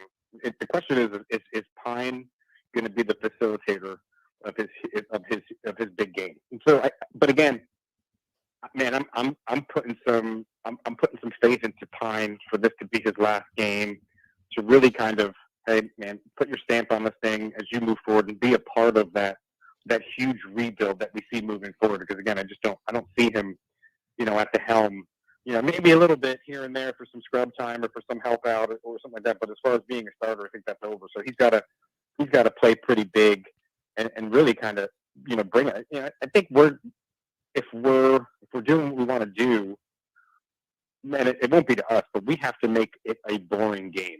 Yeah. For all intents and purposes. In terms of what people consider exciting, right? You know what? That's a really good way to put it. That's a really good way to put it. 3.5 yards and a cloud of dust on the ground down the field, 7 minutes off the clock. Those people in LA will be asleep. Oh yeah, man. Let's put the Navy mantra on them. Let's just churn and be physical and impose our will. And if they have to come down to stop it, then again we're going out to Mayer. We're looking at some other things. Tyree on the outside. but we have to make it a boring game. We have to make it about ball control. We got to keep Caleb Williams off the field, and I think we're going to be able to do that. I really, really do, and I think we're just going to. Excuse me. I think we're going to out physical them, and I think unlike we do every game, we need to start this game off not with Diggs and not with Tyree, but with Estime. Like just literally putting it into their teeth. Yep. Every single play. Yep. With 230 pounds. Yep. I want them. But I want him delivering the hit to the defense, not the other way around. And that is the ultimate tone setter of the night. Is we are physical, you are soft, and we are going to win the game because of that. And then let him go ahead and pound them guys. Yeah. And again, I think you think of the different. USC has gotten 19 players from the portal in the offseason. I don't think that, I think that's, again, just a bought and sold team. I don't think it's long-term viable. Notre Dame has gotten 4. So you think about like an actual program or players that are part of a program where that program continuing to grow and escalate. Notre Dame is the spot. So, again, I'm going to give you, I typically don't, but I think we're like close game, 34-31. I think we start to pull away, but then as time dictates and we get closer, they start kind of airing it out a little more. We hold them off and we win, and everybody's extremely happy. But man, I've been watching a lot, and I'm just ready. I'm ready for this game. Like I feel like this has been the longest week between games. It feels like it's longer than the bye week we had. Yeah, yeah. And tomorrow's going to be a long day. You're going to have Michigan, Ohio State at least to get things started, get the juices flowing. But what's your final score prediction, my friend? I think 34-31. We'll see. We'll see how that goes. But I think we could pull away. I think we really, really could, depending on how everything goes, because we can score. I think we can score against them. If we can just, like you said, make it just a boring game. And a boring game for everybody else is an exciting game for me. Let's just do it. Let's just watch it. Let's just watch them just beat everybody down. But I think that's where we go. I'll give you something. I think it's funny for the trolls. I think it's funny, the trolls that you guys have in the chat. Yeah. It's funny they're getting stronger. But, trolls get stronger the more attention you pay to them. But here's a good thing that I heard yesterday. And so for top 5 ranked teams or wins against top 5 ranked teams, Notre Dame is 2-23, going all the way back to the Bob Davie era. So think about that for a second. 2-23, all the way back to Bob Davie. Now, if we win tomorrow, we will be 2-0.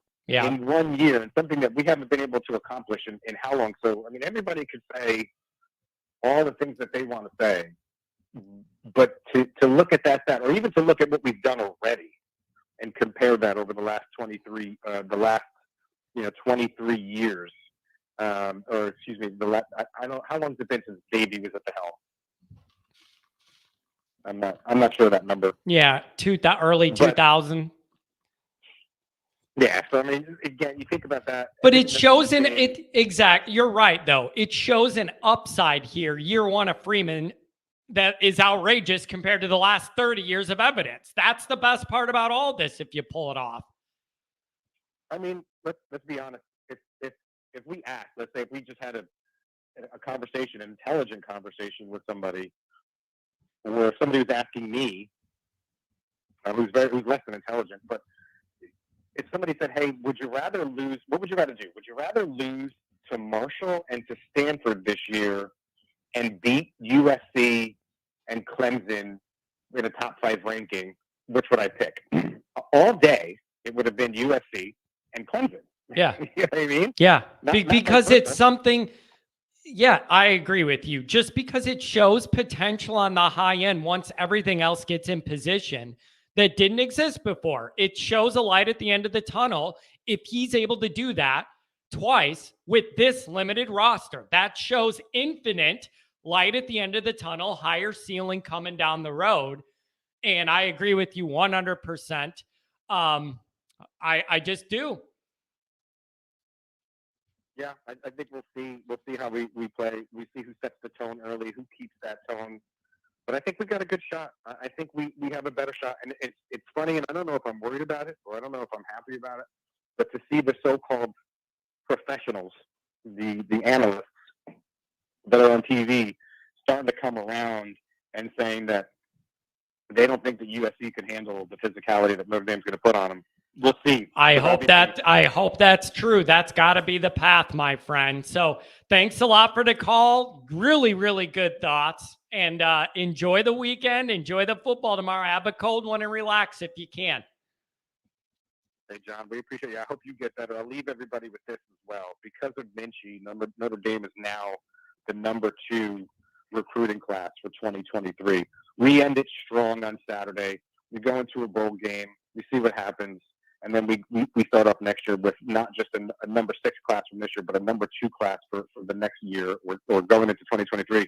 And man, we're on a roll. I mean, we can make this thing happen. I think the championship is not far away. Certainly the playoffs are not far away if we kind of keep on this trajectory. So, John, I hope you feel better. Again, great audience today. I think everybody's bringing it strong. I can't wait for the game. I can't wait to talk to you guys about post-game. Hope you have a great day. Beautiful. Thanks a lot, my friend. I'm telling you, I don't know what it is. I thought maybe the callers today would all be hungover or something from last night. Everybody's been on point. All right, we got time for 3 more. 707-630. Adam, 219. I see you and I want to get to you. Kent, I am absolutely not coked up. With my personality, the last thing someone with my personality needs is cocaine. All right? Like, I've been through this. Like, if I'm doing drugs, I need drugs that bring me down. John does not need any drugs that amps him up. I think you could all agree to that. So you're never going to see John coked up. Trust me. I do not need anything that gets me more amplified and energetic than I already am. Any drugs I get that you're going to give me, they better mellow John out. We're going the other way. Okay? 707, we're in heaven. What's going on? Hey, good morning, John. Happy Thanksgiving. Hope you're feeling better. Oh, thank you. I just eat a bunch of Advil, cold and sinus, and you'll feel just blurry for a few hours. I'm good to go for now. Thanks for the concern. What are your thoughts about this game? It's growing in stature. This is going to be huge. Well, as usual, you have the best show and you have the best callers, and even except for the trolls, even the room it's just the smartest show that is out there. I mean, and I like the way you do it. You actually interview the caller as opposed to these other guys that have these shows like Lou, whatever. You know, he'll sit there and make you talk to him and then he'll put you down kind of thing. But you're genuinely curious. So I appreciate that, what you bring out of the callers. Thank you very much. When I started the idea for the call-in, that's what I wanted. You guys need a voice, and I just don't want to yell, and then that's just John yelling. Everybody has that. The fans needed a voice in all this, and there's no other Notre Dame show that offers it. People do chats, but that's just you typing. I want to give you guys a voice. You deserve it. And I've been listening to you since 2016. I was like, who is this guy that's as mad as me? And actually madder. Because back in 2016, that's when I thought Kelly jumped the shark, you know. I was done with him. It was just like, he cannot win a big game. He does not motivate the team. And, you know, you sit there and watch this mediocre product week after week, and you're a diehard fan. So we were desperate to get a guy like to instill some energy into the program, and that's what Freeman's done. And I think the same thing is going to happen with Lincoln Riley. I mean, he's the same.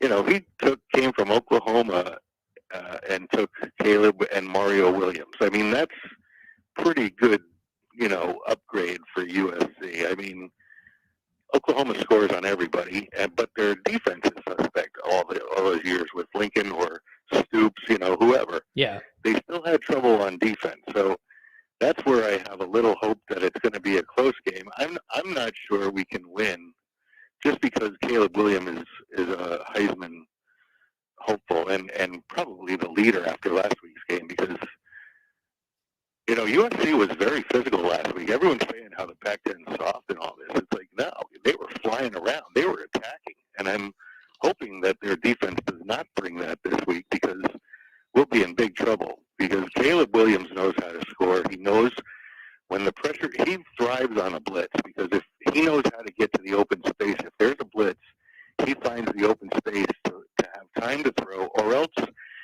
leave it to a one-on-one kind of a move, and the guy can move, you know, and Yep. he can run. He shows a leg, Yep. you know. So I'm worried about him. So if he gets on the outside, you know, out of the pocket, we're in big trouble. Yep. And as far as Cam Hart, you know, it's like if he doesn't play, I don't care, because he's been nothing but missed tackles all year, arm tackles, just totally missing his guy.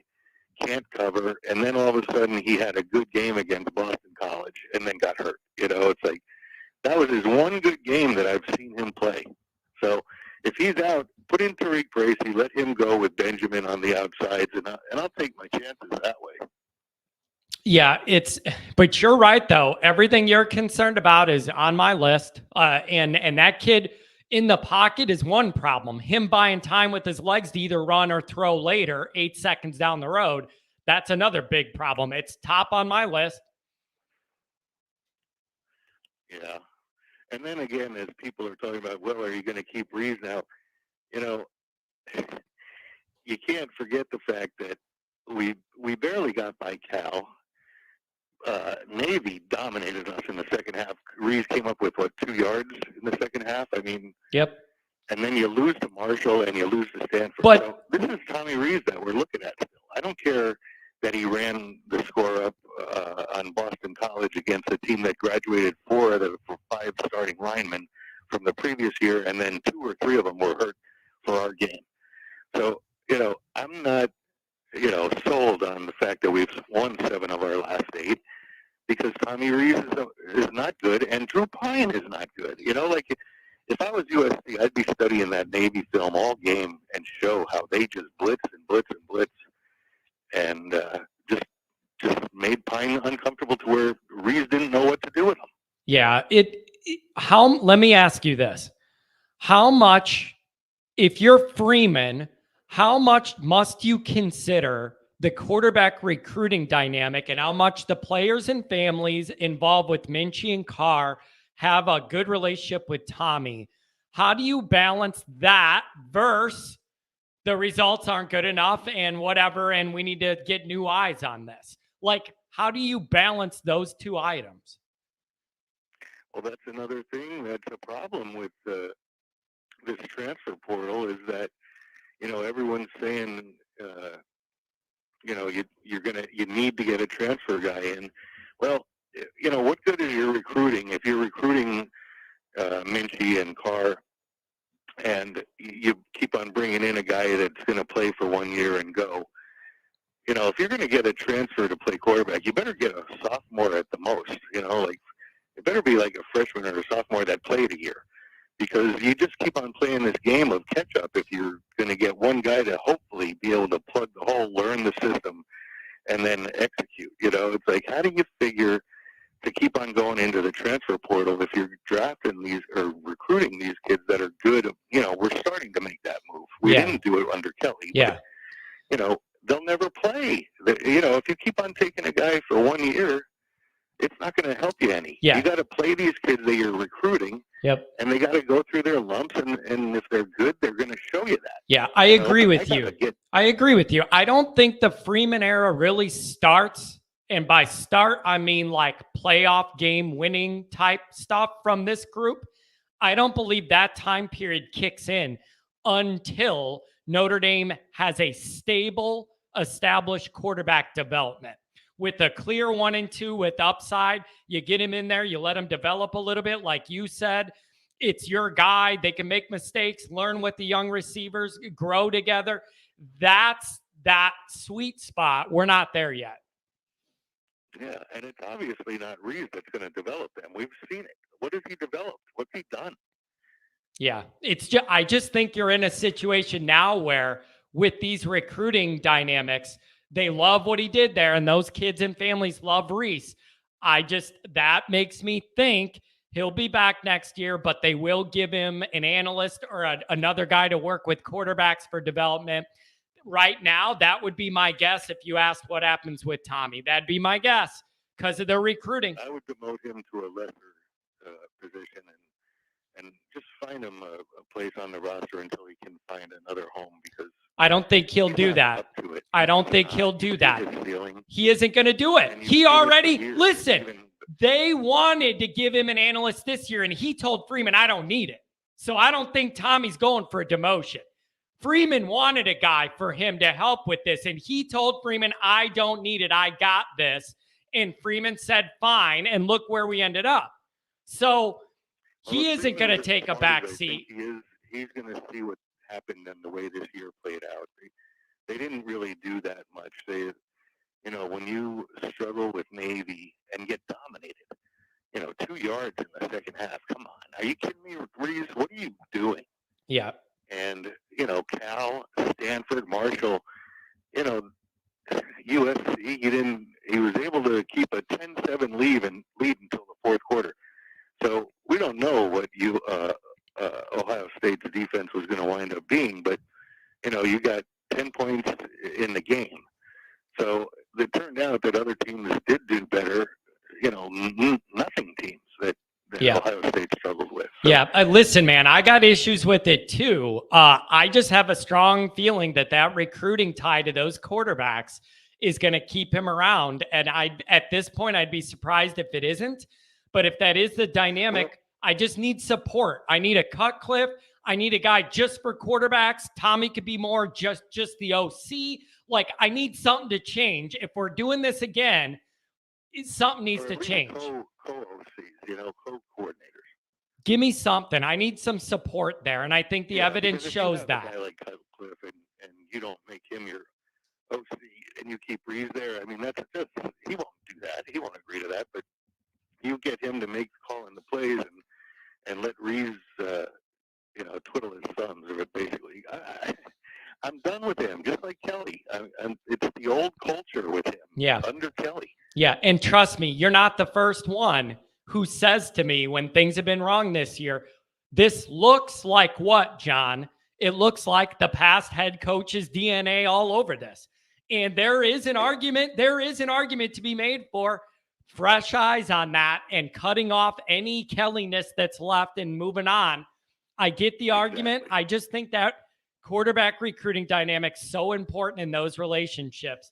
I could honestly see that being the thing that makes him come back. I just need help. I need extra help. Yeah, but, despite all that antagonist take of mine, I still think the game's going to be very close just because Notre Dame has good talent. Yeah. Now, can USC bring the same kind of flying around the field? I don't know if you got to watch that USC game, but Coach Chip Kelly he's a very good offensive genius, so he made USC almost lose that. I mean, UCLA gave it all they had, and so did USC. I loved that, watching that game. I've always rooted for UCLA just because of USC, and I hate them. And just the way I root for, Michigan State over Michigan, even though we play both of them. But,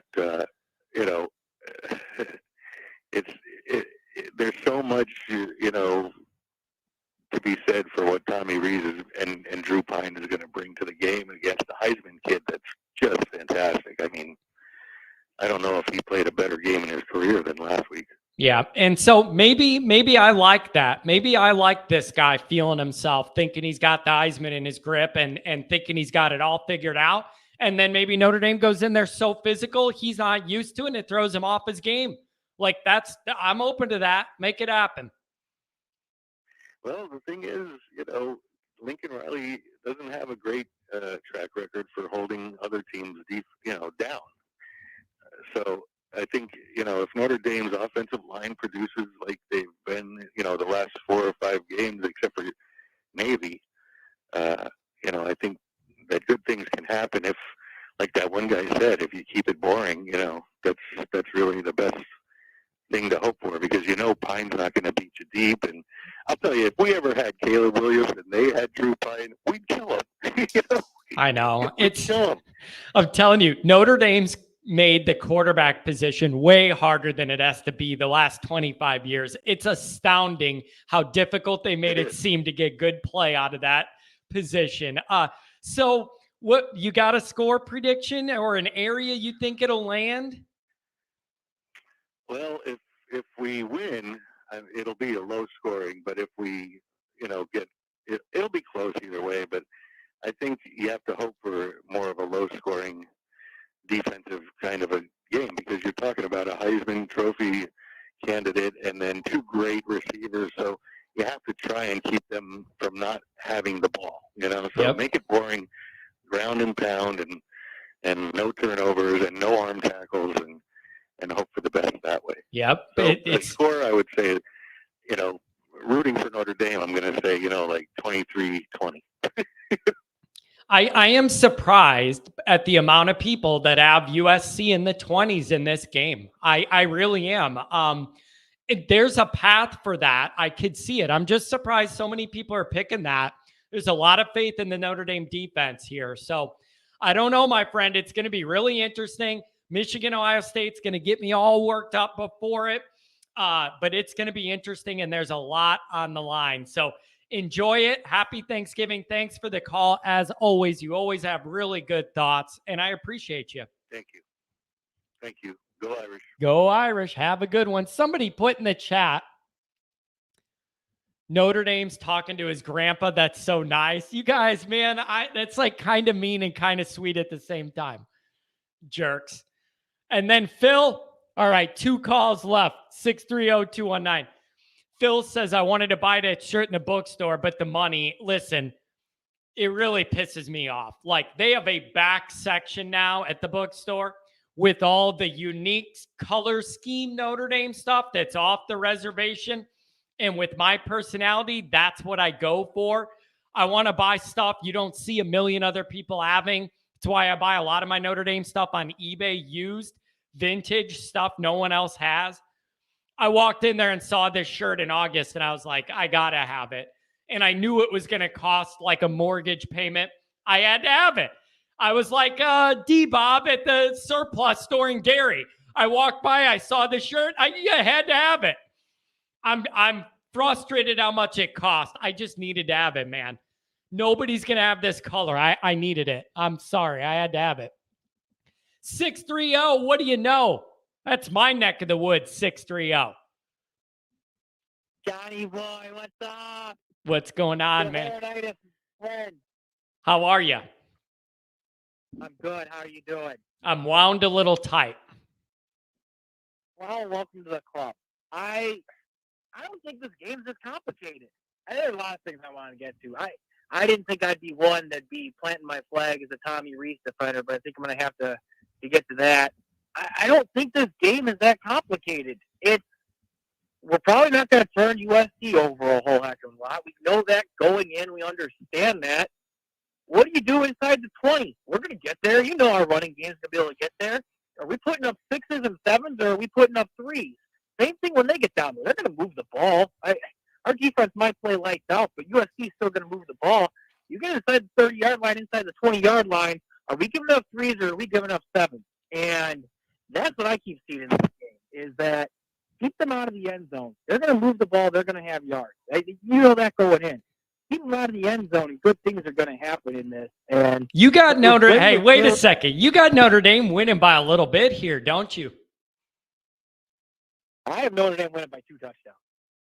Yeah, that's nice. I really do. I look back, okay, so as great as Caleb Williams is, he was a star freshman last year when he saved Oklahoma against Texas in the Red River rivalry last year. Yep. And had a great stellar campaign. Go back, I think the blueprint for this game is if you go back and look what they did against Baylor last regular season. As the game, they went down to Waco. They scored 7 points the first 45 minutes of that contest. It was 10-7 going to the fourth quarter. In that game, Baylor was leading. And then they erupted. Finally, their kind of punch them in the mouth, control the clock, run the ball, pound the ball type attitude took over. Baylor won at 27-14 in that one, but they controlled what time of possession. They constantly, regularly had pressures on Williams. I think it's the exact same blueprint Notre Dame follows in this game. And there's precedent out there for Lincoln Riley and Caleb Williams and that the dynamic duo coaching the game and playing the game together, for them to kind of get it just shoved in their face with this type of style. This is the closest thing that USC is going to see to that Baylor squad, or that kind of sample of what they had to take on last year. It just so happens this Notre Dame team has more talent. Yeah, I talked about earlier the fact that we all kind of agree USC hasn't faced a defense this fast or physical overall. And then my question is, how much can you make that matter? Like, how much quicker does that make Williams have to make decisions compared to what he's been used to the rest of the year? Like how much does that difference matter, and how's it going to show is something that's been in my brain all week. Yeah, I mean, I think it has to show from. I thought it was interesting. I forget which caller it was bringing up the point of more estimate early instead of getting Diggs going, and using Diggs kind of as your feature back early on. More estimate right away to kind of establish that physicality. I think it's just as important defensively, though. I think that even if you're not getting sacks, are you getting pressures? Are you making life tough on Williams? He's not easy to bring down. He's going to escape tackles. He's going to escape sacks, and you kind of know that going in. But are you able to, when he is able to escape, not find that guy that breaks open in the secondary? Are you able to establish that? Because I think that's what this game comes down to. And then what's interesting to me, I know turnovers, they're hard to predict. They're hard to look at and say, yep, USC doesn't turn the ball over. Notre Dame's turned the ball over 13 times, so obviously it's decided and this and that. Look at the special teams. Notre Dame has the best special teams unit in all of college football this year, between just an absolute absurd ability to get after punts and block punts. USC doesn't even have a special teams coordinator. Not to say they don't take things seriously with special teams, but the emphasis they put on that, it seems like just by default, just by that kind of setting, they put a lot more time going into getting the ball downfield, marching offensively, and their defensive game plans than they do in actual special teams. And it might not be a turnover in the scorebook or in the box score when you look at it, but get a blocked punt, get a rush punt that only goes for 15 or 20 yards, get something along those lines, and all of a sudden, maybe it's not technically a turnover, it gets the same end result for you. And you know what though, man? I could tell this one's getting to you. I could tell you're a little juiced up. I can hear it in your voice, and I love it. I could feel it. More than a little. I mean, more than a little. You're telling me that this team had a chance to be 9-3 after they dropped the egg and whatever the heck that was against Stanford back in October? You tell me this team has a chance to be 9-3 with wins over top 5 Clemson and wins over top 5 USC included in there? That's what it's set up for, and sign me up for it. I cannot. What do we have? Less than 36 hours until kickoff. Now we're like 32, 33 hours to go. It's not going to go fast enough. It's the games today. I know they're not the greatest ones. Florida State's not what it used to be. Iowa, Nebraska is going to kind of be on because we live in Big Ten country, and we'll watch through that misery. But it is just. Countdown is on. Just get me to 7 o'clock tomorrow night. Yeah, I don't know, man. I've been saying it all week. It isn't just the contrasting styles of play. It's just contrasting styles of life. And it's important to me that we show that ours is going to win the day. And you can't just blow in here year one, buy a bunch of talent, and then you own the rivalry again. This is existential to me. It's a big damn deal. I mean, you look at it, look at year one for recent Notre Dame coaches in this series. Brian Kelly, 2010. I lost to Tulsa. As infuriating as that season was, what'd they do? They closed it on a nice run. They ended the regular season by beating USC and ended the streak out there. The other head coaches in that run, Charlie White. Okay, has the game of the century against the USC and the Bush push and all that, but it ends in a loss. You look at Tyrone Willingham, the magical 2022. They go in with one loss the last week of the regular season, and what happens? Carson Palmer and company just steamrolls the Irish on national TV. They go to a BCS game. Notre Dame's never the same under Ty. He's gone 2 years later. Bob Davie, we'll just skip over that here because he doesn't matter. Lou Holtz even. Lou Holtz, the up and down first year he had. What does he do in his final game of that regular season? They go out to USC against a ranked opponent, Notre Dame unranked at the time. They overcome a 17-point deficit. John Carney kicks a last-second field goal. The Irish win, and that sets the tone for that rivalry all the time under Holt. Like, Notre Dame dominated that run. It's not just about this year with this game. It's about establishing what's to come here. And I'm not going to say that Lincoln Riley's not going to have USC as one of the top teams in the country annually. Just like we've been saying, this is the least talent that Notre Dame's going to have under Freeman for quite some time. Probably the same can be said to USC and Lincoln Riley as long as he doesn't go take an NFL job. But he established it from day one. Don't give up the ground that so much has been put in and worked in on. Nick, in this 2,189 days, which is 5.99999 years, is how long it's been since USC beat Notre Dame. 2,191 days. I am not letting this guy blow into town and then just own the rivalry. It can't happen that way. Like you said, it took too long for Notre Dame to establish some power dynamic in this relationship. And by the way, Kelly lucked out that they were in a dumpster pretty much his entire tenure. Oh, yeah. That helped Kelly a lot. Like that we almost didn't have to worry about them as much. But 2,189 days, that's a lot of work put in to get to this point. I'm not letting it flip, man. No. And hey, how much joy it'll bring to see Will Ferrell, who hasn't been funny since about 2005, to see him crowding on the sidelines and Snoop Dogg just going and lighting up a Dube to try to get over a loss tomorrow night. It'll all be worth it. Maybe the Marshall game won't be erased, the Stanford debacle won't be erased, but it'll make the best out of a roller coaster ride that was 2022. For sure. So give the folks your score, because I was a little surprised by it when I saw it this morning. Give them your score. Notre Dame 41, USC 27. I don't think USC stops Notre Dame from running the ball. I think Notre Dame establishes the run, punches them in the face, punches them again, gets help a couple of times from special teams, whether it's a block punt or a short punt that's based off of being rushed, and they take advantage. I like the matchup in this. It's going to be on linebackers to make tackles in the flats. I really do think that's going to be a huge part of this. I don't think USC is going to be able to whip the ball downfield like they would like. Can linebackers make plays in space? If the answer to that question is yes for Notre Dame, it's going to be a long night for USC. There we go. I'm telling you, I have not heard you this juiced up all year, and we talk a lot, and I'm excited just hearing it in your voice. I can tell you're worked up, and it isn't even game day. I love it, Nick. It's fantastic. I can hear it in your voice. You are worked up in a way that I usually only am. I like it.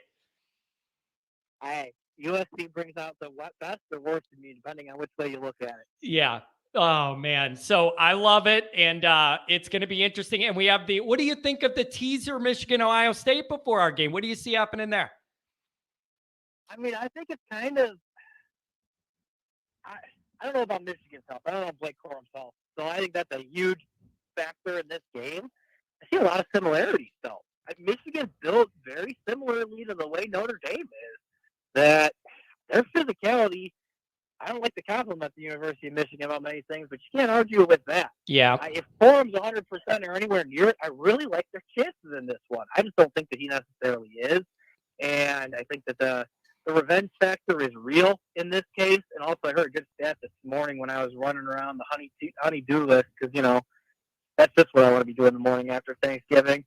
But listening to one of the national programs, only 2 players from Michigan have actually played it down in a game at Ohio State. So, wow, that's interesting. Yeah.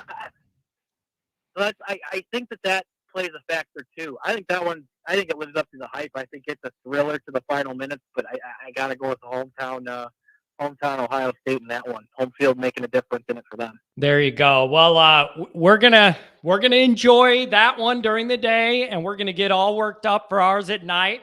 And then for everybody here afterwards, Fighting Irish Wire, Nick Shepkowski, managing editor, myself, we'll be putting a lot of stuff out. So everybody go check it out. Absolutely. Yeah, it's these are the weekends that you circle and you're all excited for. And you know me. I'm not usually the one that's just Mr. Optimism and everything sunshine and daisy. I like our chances tomorrow night. I like them a heck of a lot tomorrow night. Beautiful. And I like your excitement. I just like hearing you all worked up, man. So get the list of all the chores done for the wife, take care of the kids, drink a cold one or two, and enjoy it. Absolutely. Beautiful. Well, we'll talk to you soon, Nick. All right. Have a good one. Thanks for calling, man. Oh, everybody's so worked up here. Wait a second. Adam, I'm coming to you to finish up the day. You guys are giving me crap about that vintage jacket I was wearing at the Clemson game when you saw the clip of me in the stands. You guys are giving me crap about that. That is the best jacket I own. Vintage, early 90s. And then somebody said that I looked puffy in it. It was cold. I had a bunch of layers on underneath in my skinny ass frame. It was chilly that night. Give me a break. But that jacket, you got to be kidding me. I was styling and or profiling. Woo! 219, Adam. Adam, give it to me to wrap up the day. Give it to me. John, don't let them make fun of you for that jacket. I got a picture somewhere of me and my grandpa in that same jacket from like probably 1994. Maybe it's a starter jacket. Bro, that jacket is the best piece of clothing I own. And I got these jackaloons on here saying I looked weird in it. I love that jacket. Oh, yeah, that was great. That reminds you of the Lou era, being a kid if you're about 40. Yeah, and I got Lou's frame, too. I could put on some tight blue dress pants and walk around and chew grass and stress out and have a guy following by me with the cable, the wire for the headset. I'll do the whole thing. Oh, yeah. Hey, every time you shout out that number, the days that we have won since that we've won these games and USC hasn't, the 2,000, whatever it is. 2,189 days. That translates to 5.999 years. All that makes me think of is how damn easy Brian Kelly had it during them years. Yep. Yep. USC He really did. With the dumpster fire. He lucked out on that. ACC schedule. Stanford started to be a dumpster fire, and the minute the schedule got tough, he bolted. Yep. It really does. It is a big benefit that Kelly didn't really have to worry about USC being elite most of his entire tenure. Adam, we talk a lot. We've been texting back and forth. We're both wound up about this. Have you fallen on a way you think this is going to go, or are you still unsure? Like, where are you at now that we're creeping up on the day? I'm still unsure. Like, this team all year has made you unsure. I love how confident everyone seems to be, but I feel like someone needs to get me off the edge because I'm just super scared of Caleb Williams and Jordan Addison and that whole bought for skill room they have. Yeah, I keep coming back to it. I can't not. It's just such contrasting styles, and we need to use our physicality to force the game to be played our style. And I think we could start dinging them early, get physical with them early, and make them realize this isn't what they've been used to in a Pac-12 schedule. Sorry, this is a different animal. That's what I need to happen. And the one thing I am worried about with the defense is, we slowed down Ohio State's passing game. I know it was the first game, but then they turned it a run in the fourth quarter. And people kind of don't really realize it, but Lincoln Riley's known for running the ball out of that offense. And they run like that counter play where they pull the tackle on the guard, and that's like their bread and butter run play. So I'm worried about if we're, playing too high safeties, worried about the pass too much. They might sneak some runs in on us. Yeah, I admit that when I started preparing some of my thoughts this week, I underlooked that aspect. They actually run the ball pretty darn well. And it's just, you got to stop that before you worry about the arm, right? Like, you got to kind of do both at the same time, to be honest. Yeah, you're right. And it's up to the defense. If we Yeah. just a little bit. I am confident we're going to move the ball. I think we're going to move the ball on their defense. I'm confident of that. It's just, when you move the ball, do you get 7s and not 3s? And you could bend all you want. You just can't break against them. Yeah. You know, John, I have seen some national media about last night and today kind of coming around, and A bunch of people have Notre said Dame. that. A bunch of people have said that. And what do you think's causing that, though? Like, there's been no more games played, so why are people coming around to that? Their theory is we're going to out-physical them. And Yep. that might be the case. Yep. I mean, I hope it's the case. it has to be. That's the biggest picture dynamic of all of this, or just this physical battle versus we're going to finesse you and throw it all over. It's important to me that we win that one. I want 225 rushing yards. I need 200 plus. Don't you agree? I need 200 as a minimum. What did we get in Clemson? Wasn't it like 3? Or was it 2? 263, I believe. 263. Yeah. Give me that again. Give me that again. Yep. You're going to need close to that. And that keeps the ball out of their hands. That's the thing. Like, you weren't scared of Clemson's pass offense at all. So going into that game, I was pretty confident we were either going to win or it was going to be close. But this offense is just, you worry about it, man. They score a lot of points. Yeah, they do. But you know what, though? I've seen them struggle this year. I've seen them go through a first half with 7 points or 14. Like, I have seen their offense struggle at times. It's like, how do we make sure we're the ones that make that happen this time? Yeah. Yeah, hopefully Foskey has a game. Adamaloa, hopefully he's healthy and ready to go. It seems like when the defensive line's doing good that Jason, he's in the backfield all night. Yeah. He may not get all the sacks, but he's in there. Yep. And then you know what else? This is on my mind big time. I think it's in play. There's a handful of guys that this is probably going to be their last game for Notre Dame. I need that to motivate them to have a hell of a game on the way out. Whether it's Mayer, Foskey, whoever, the bright lights, you couldn't have a bigger stage for your last game. Make it a hell of a showing on the way out. Oh, yeah. Have you heard anything else about Cam Hart? I've heard people kind of talking like he probably wasn't going to play. In the chats, you heard anything? In the chats, it just, people are saying questionable. So I don't know what that means. I've just seen people say questionable. Okay.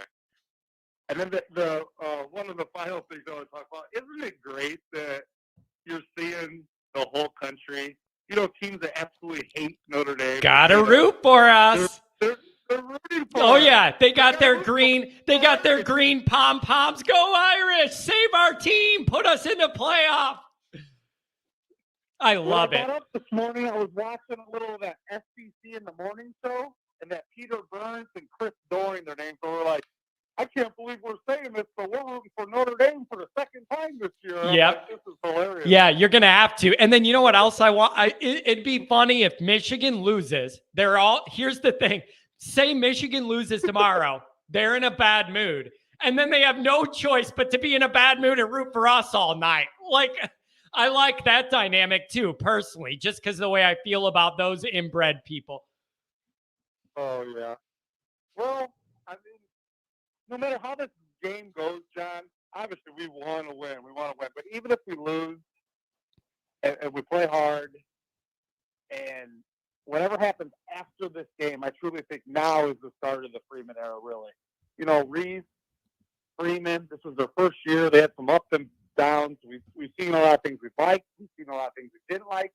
But I think after this game is over in L.A. and Freeman looks at this whole thing, now it starts. Because now he's going to start getting better players.